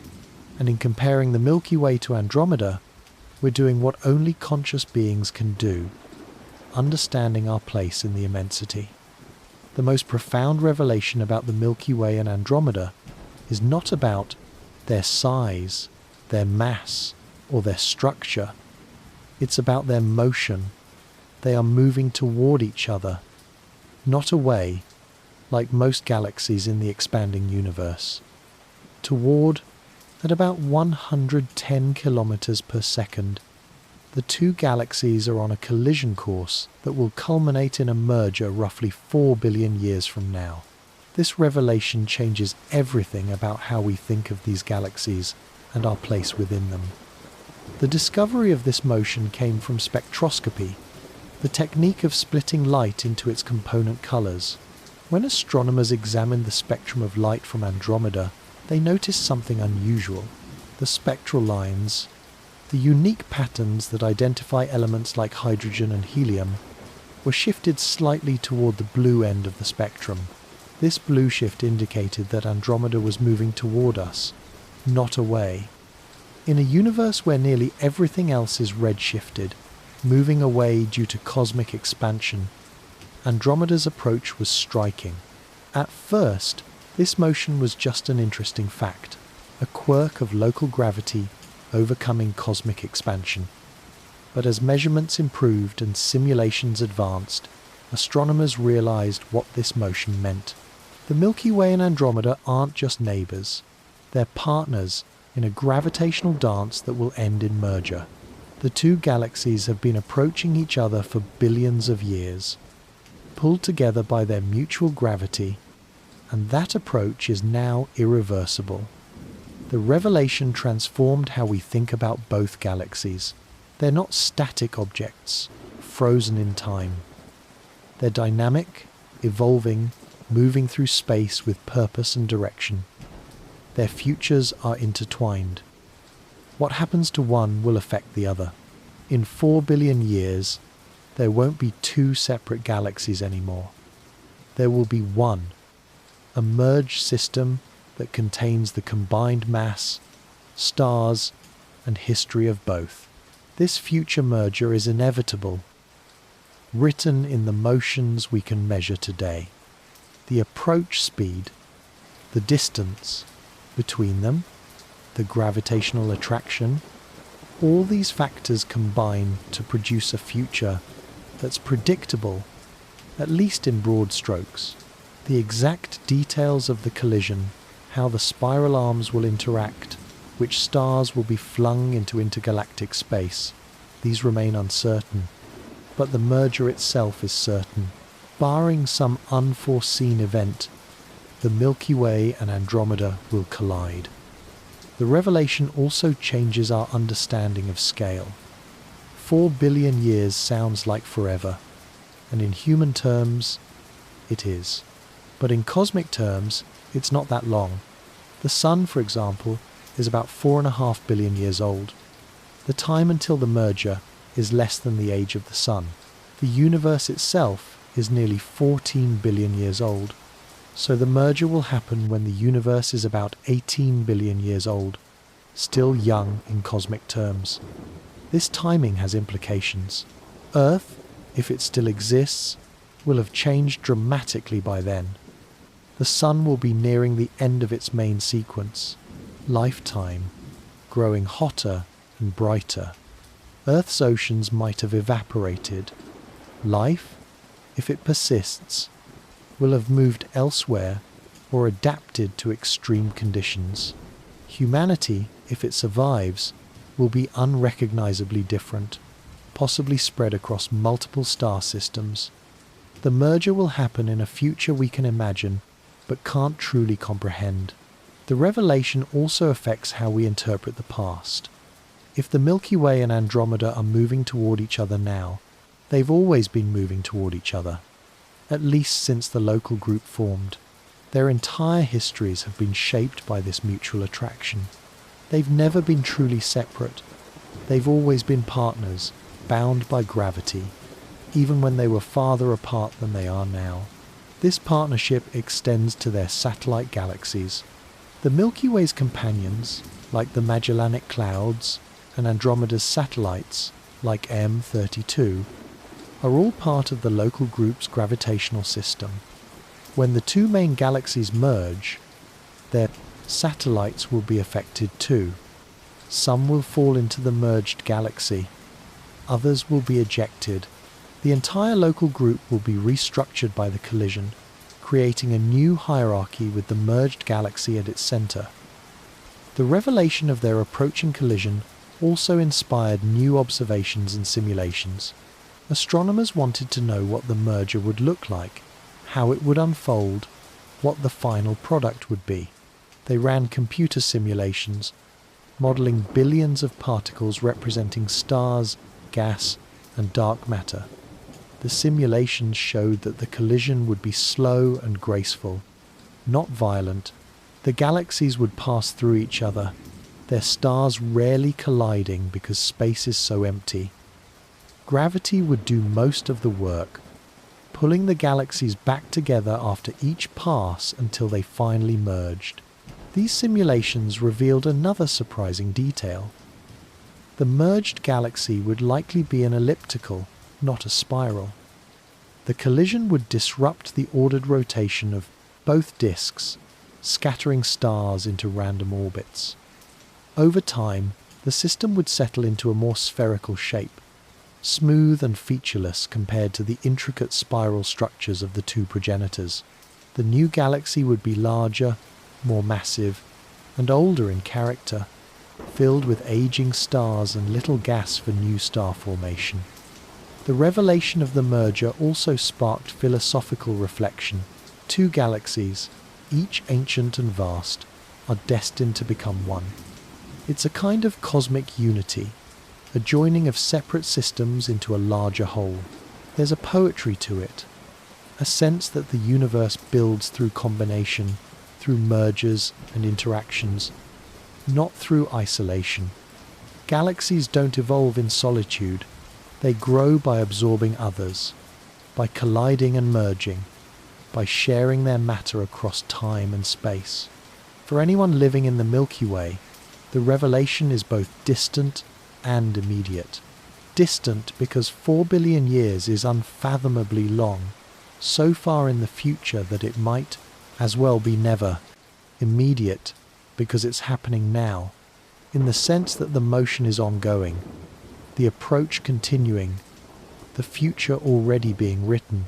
Every second that passes, Andromeda is 30 kilometers closer. Every hour, it's 100,000 kilometers closer. The distance shrinks continuously, inevitably, unstoppably. The revelation also recontextualizes the size comparison. Yes, Andromeda is larger now. Yes, it contains more stars. But in 4 billion years, those distinctions won't matter. Both galaxies will contribute to the merged system. The final size won't be Andromeda's size or the Milky Way's size. It will be the sum of both, something larger than either alone.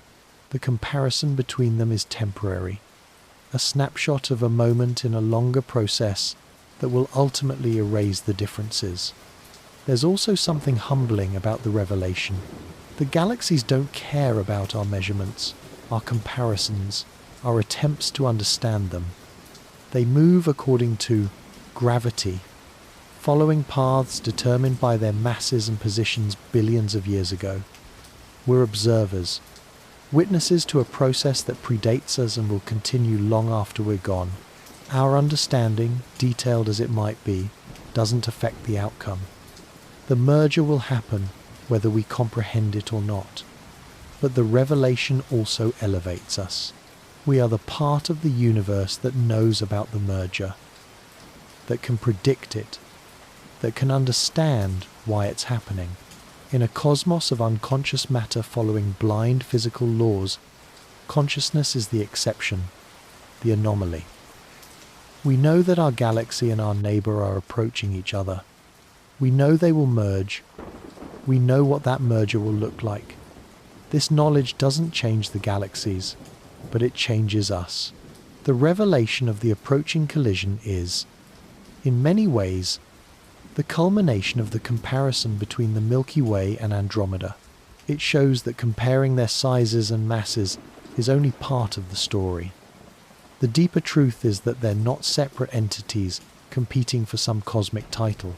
They're parts of the same system, bound together, approaching each other, destined to merge. The comparison is interesting, yes, but the connection is more profound. They are moving toward each other, and that motion, that inevitable future unity, is the real revelation. After all the measurements, all the data, all the comparisons between the Milky Way and Andromeda, there's a moment of reflection. A moment where you step back from the numbers and ask what it all means. What does it mean to live in the smaller galaxy? What does it mean to be part of a system so vast that even 1 trillion stars is comprehensible? What does it mean to know that your home galaxy is approaching another?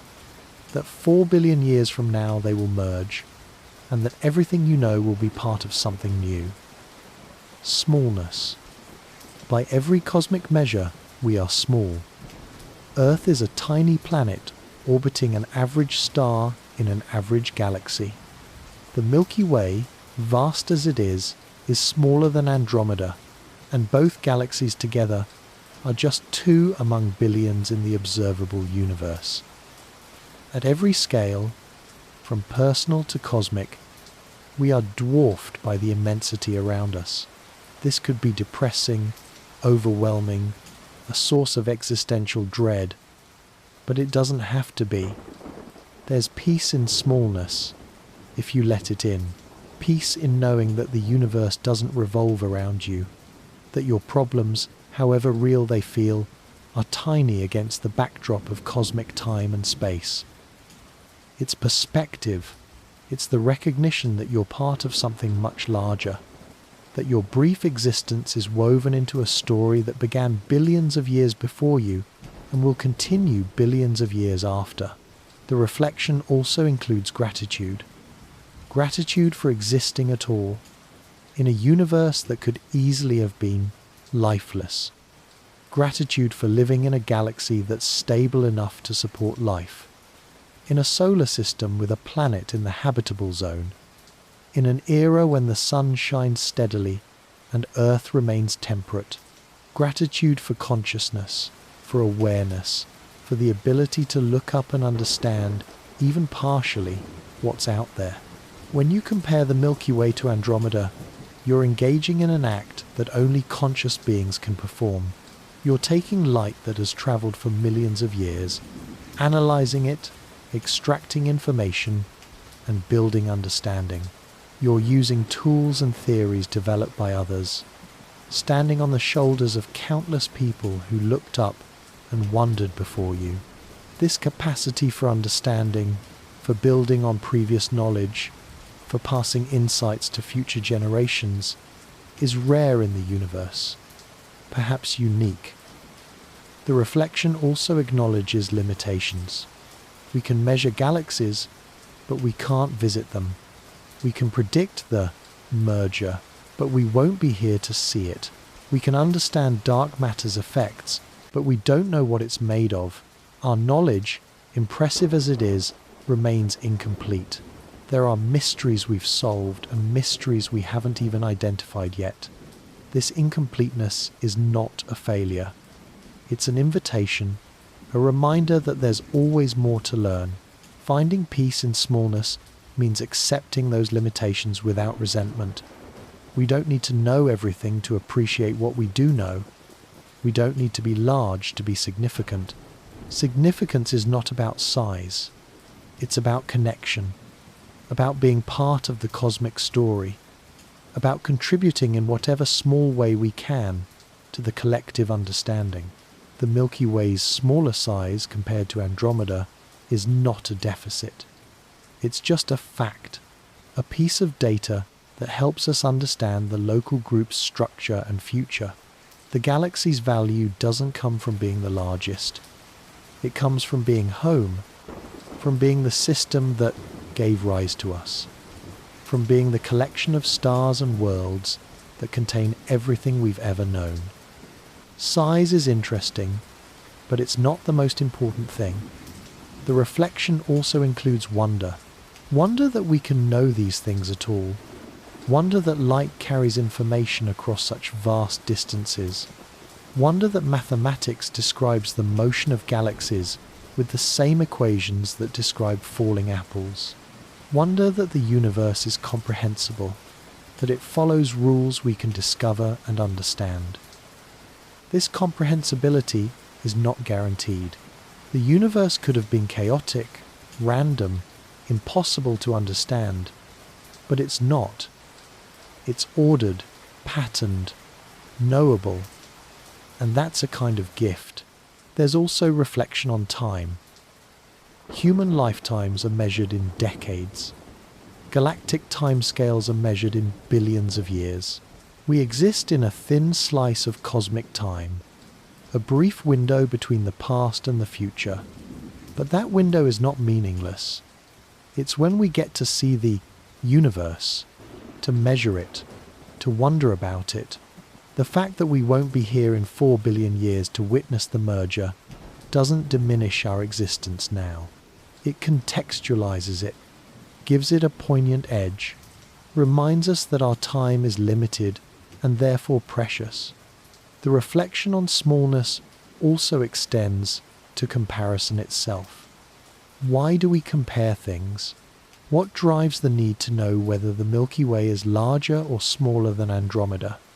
Part of it is curiosity, the desire to understand, but part of it is also human nature, the tendency to rank, to measure, to establish hierarchies. Reflecting on this tendency helps us see beyond it. The Milky Way and Andromeda are not competing. They're coexisting, approaching each other, destined to merge. The comparison is a tool for understanding, not a judgment of worth. Finding peace in smallness also means embracing your place in the cosmic order. You are a conscious being on a planet, in a solar system, in a spiral arm of the Milky Way. That's your address, your context, your home. It's not the center of the universe, but it doesn't need to be. It's where you are, and that's enough. You're part of the Milky Way structure. However tiny your contribution, your atoms are galactic atoms. Your existence is woven into the galaxy's ongoing story. The reflection includes looking forward with equanimity. The merger will happen. The Milky Way and Andromeda will combine. Life on Earth, if it persists, will adapt or relocate or end. The universe will continue, indifferent to individual fates but governed by laws that ensure continuity, that turn endings into new beginnings. There's peace in accepting this, in recognizing that change is inevitable but not necessarily tragic. Mergers create something new, something that wouldn't exist without the combination of what came before. The reflection also acknowledges connection across time. The light from Andromeda that we see tonight left that galaxy millions of years ago, before humans existed. And the light from the Milky Way is traveling toward Andromeda right now, carrying information about our galaxy into the future. In millions of years, someone or something in Andromeda, if they exist, might catch that light and wonder about us the way we wonder about them. We're connected by light, by gravity, by the shared destiny of merger. Peace in smallness comes from realizing that small doesn't mean insignificant. A single atom is tiny, but it's part of molecules, cells, organisms, ecosystems, planets, solar systems, galaxies. At every level, the small contributes to the large. You are small, but you're also part of everything larger. And in being part of it, you matter. Not because of your size, but because you're here, aware, participating in the universe's grand unfolding. The reflection ends not with answers, but with acceptance. The Milky Way is smaller than Andromeda. That's okay. We don't know everything about dark matter. That's okay. The merger will happen long after we're gone. That's okay. The universe is vast, ancient, and largely indifferent to individual existence.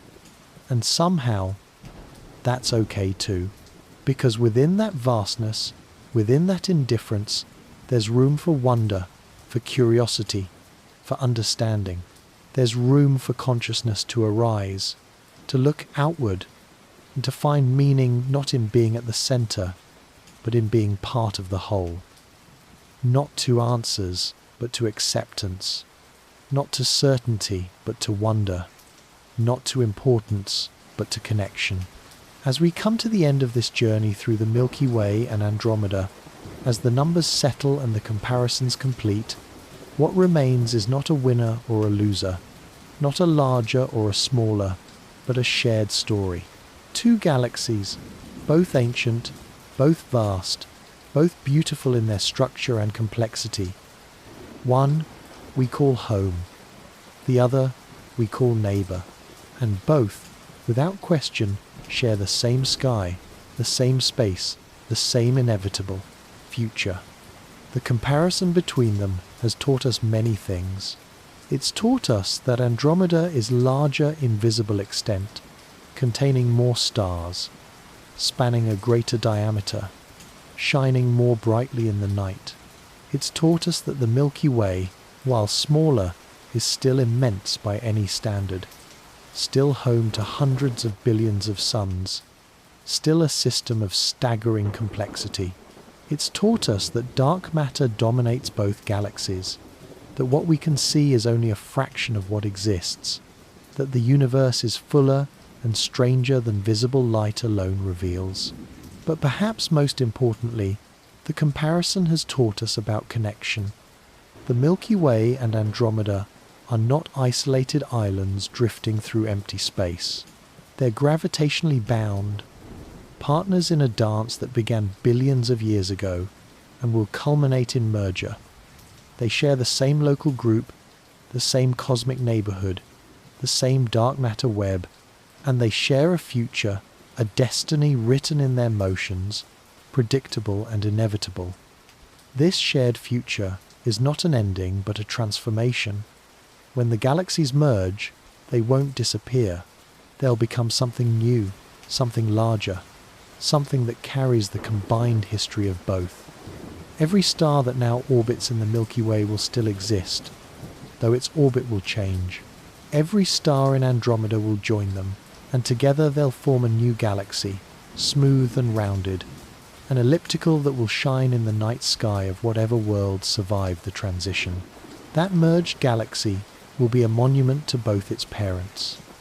It will contain the matter of both, the stars of both, the dark matter halos of both. Future astronomers, if any exist, might study it and wonder about its origin. They might discover, through careful analysis of stellar populations and orbital dynamics, that it formed from the merger of two spirals. They might even be able to distinguish which stars came from which galaxy. The history will be preserved, encoded in the essation, motions and compositions of billions of suns. The shared sky above us contains both galaxies now. On a clear, dark night, you can see the Milky Way as a pale band stretching overhead, and with a little patience, you can spot Andromeda as a faint smudge near the horizon. Both are there, both visible, both part of the same view. That shared sky is a gift, a reminder that we live at a time when both galaxies are still separate, still distinct, still approachable with our instruments and our understanding. In 4 billion years, the sky will look different. The two galaxies will have merged, and the view from any surviving world will be transformed. Instead of two separate spirals, there will be one enormous elliptical, its stars filling the sky in every direction. The night will be brighter, fuller, more crowded with light, and the beings who look up at that sky, if any do, will have a different perspective, a different sense of home. They won't see the Milky Way as we see it. They'll see Milkomeda, or whatever name emerges for the merged galaxy. A new home for a new era. But that future doesn't diminish the present. Right now, the Milky Way and Andromeda are separate, and we have the privilege of observing them as such. We can measure them, compare them, marvel at their differences and similarities. We can trace their motion and predict their future. This moment in cosmic time, when both galaxies are visible and distinct, is fleeting on cosmic scales, but rich with possibility for understanding. The shared future also reminds us of the continuity of existence. Galaxies merge, stars form and die, planets come and go, but matter persists. The atoms that make up your body existed long before you were born and will continue long after you're gone. They've been part of stars, planets, oceans, living things, and eventually they'll be part of the merged galaxy, scattered among its stars, perhaps one day incorporated into new worlds, new life, new consciousness. Nothing is truly lost. Everything is recycled, transformed, continued. This continuity is comforting in its way. Even though we won't see the merger, even though our entire species might be gone by then, the matter we're made of will persist. We're part of the Milky Way now, and will be part of the merged galaxy then. Our atoms will cross that bridge, carrying forward some infinitesimal piece of what we were into what will be. It's a kind of immortality, not of consciousness or identity, but of existence itself. The closing of this story is not really a closing at all. It's a transition, a pause before the next chapter begins. The Milky Way and Andromeda continue their approach. Light continues to travel between them. Stars continue to form and die. The universe continues its work, building, evolving, transforming. Our understanding of these galaxies will deepen with future observations.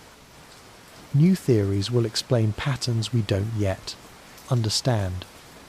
But the fundamental story remains the same. Two galaxies, similar in structure, different in size, bound by gravity, approaching each other across millions of light years, both beautiful, both ancient, both part of the same cosmic family, and both, in their own way, home. The Milky Way is home to us, to Earth, to everything we've ever known. Andromeda is home to 1 trillion other stars, possibly to other worlds, other life, other stories we'll never hear. The shared sky contains both. When you look up tonight, you're seeing both galaxies at once. You're inside one, looking across the void at the other. You're a witness to their relationship, to their motion, to their eventual merging. And you're also a participant, a tiny but real part of the Milky Way structure, contributing your atoms, your thoughts, your wonder to the galaxy's ongoing story. So, as this journey ends, as we step back from the measurements and comparisons, what remains is gratitude. Gratitude for the chance to see these galaxies, to understand them, to compare them.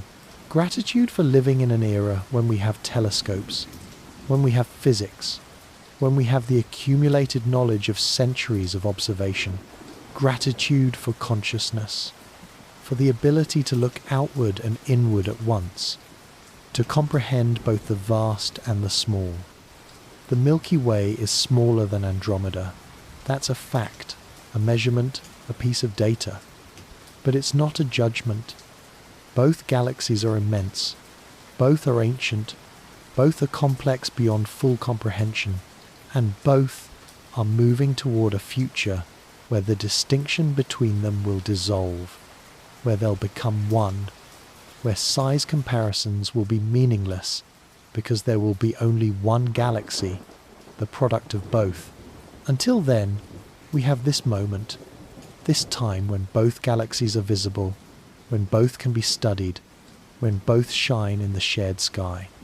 It's a brief window in cosmic time, but it's ours, and we can use it to wonder, to measure, to understand, and to appreciate the beauty of two spirals drifting through the dark, close enough to be neighbors, large enough to contain billions of worlds, and connected enough to share a future.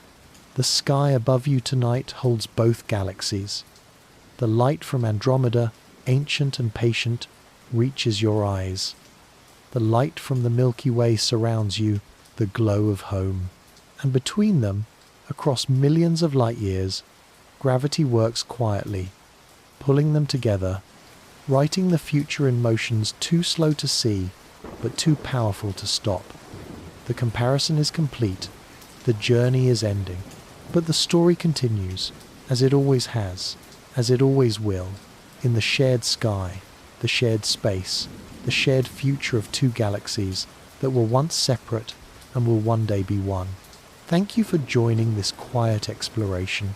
Sleep well, dream softly, and remember, when you look up at the stars, you're looking at home, and at the neighbor we're slowly, gently approaching through the dark.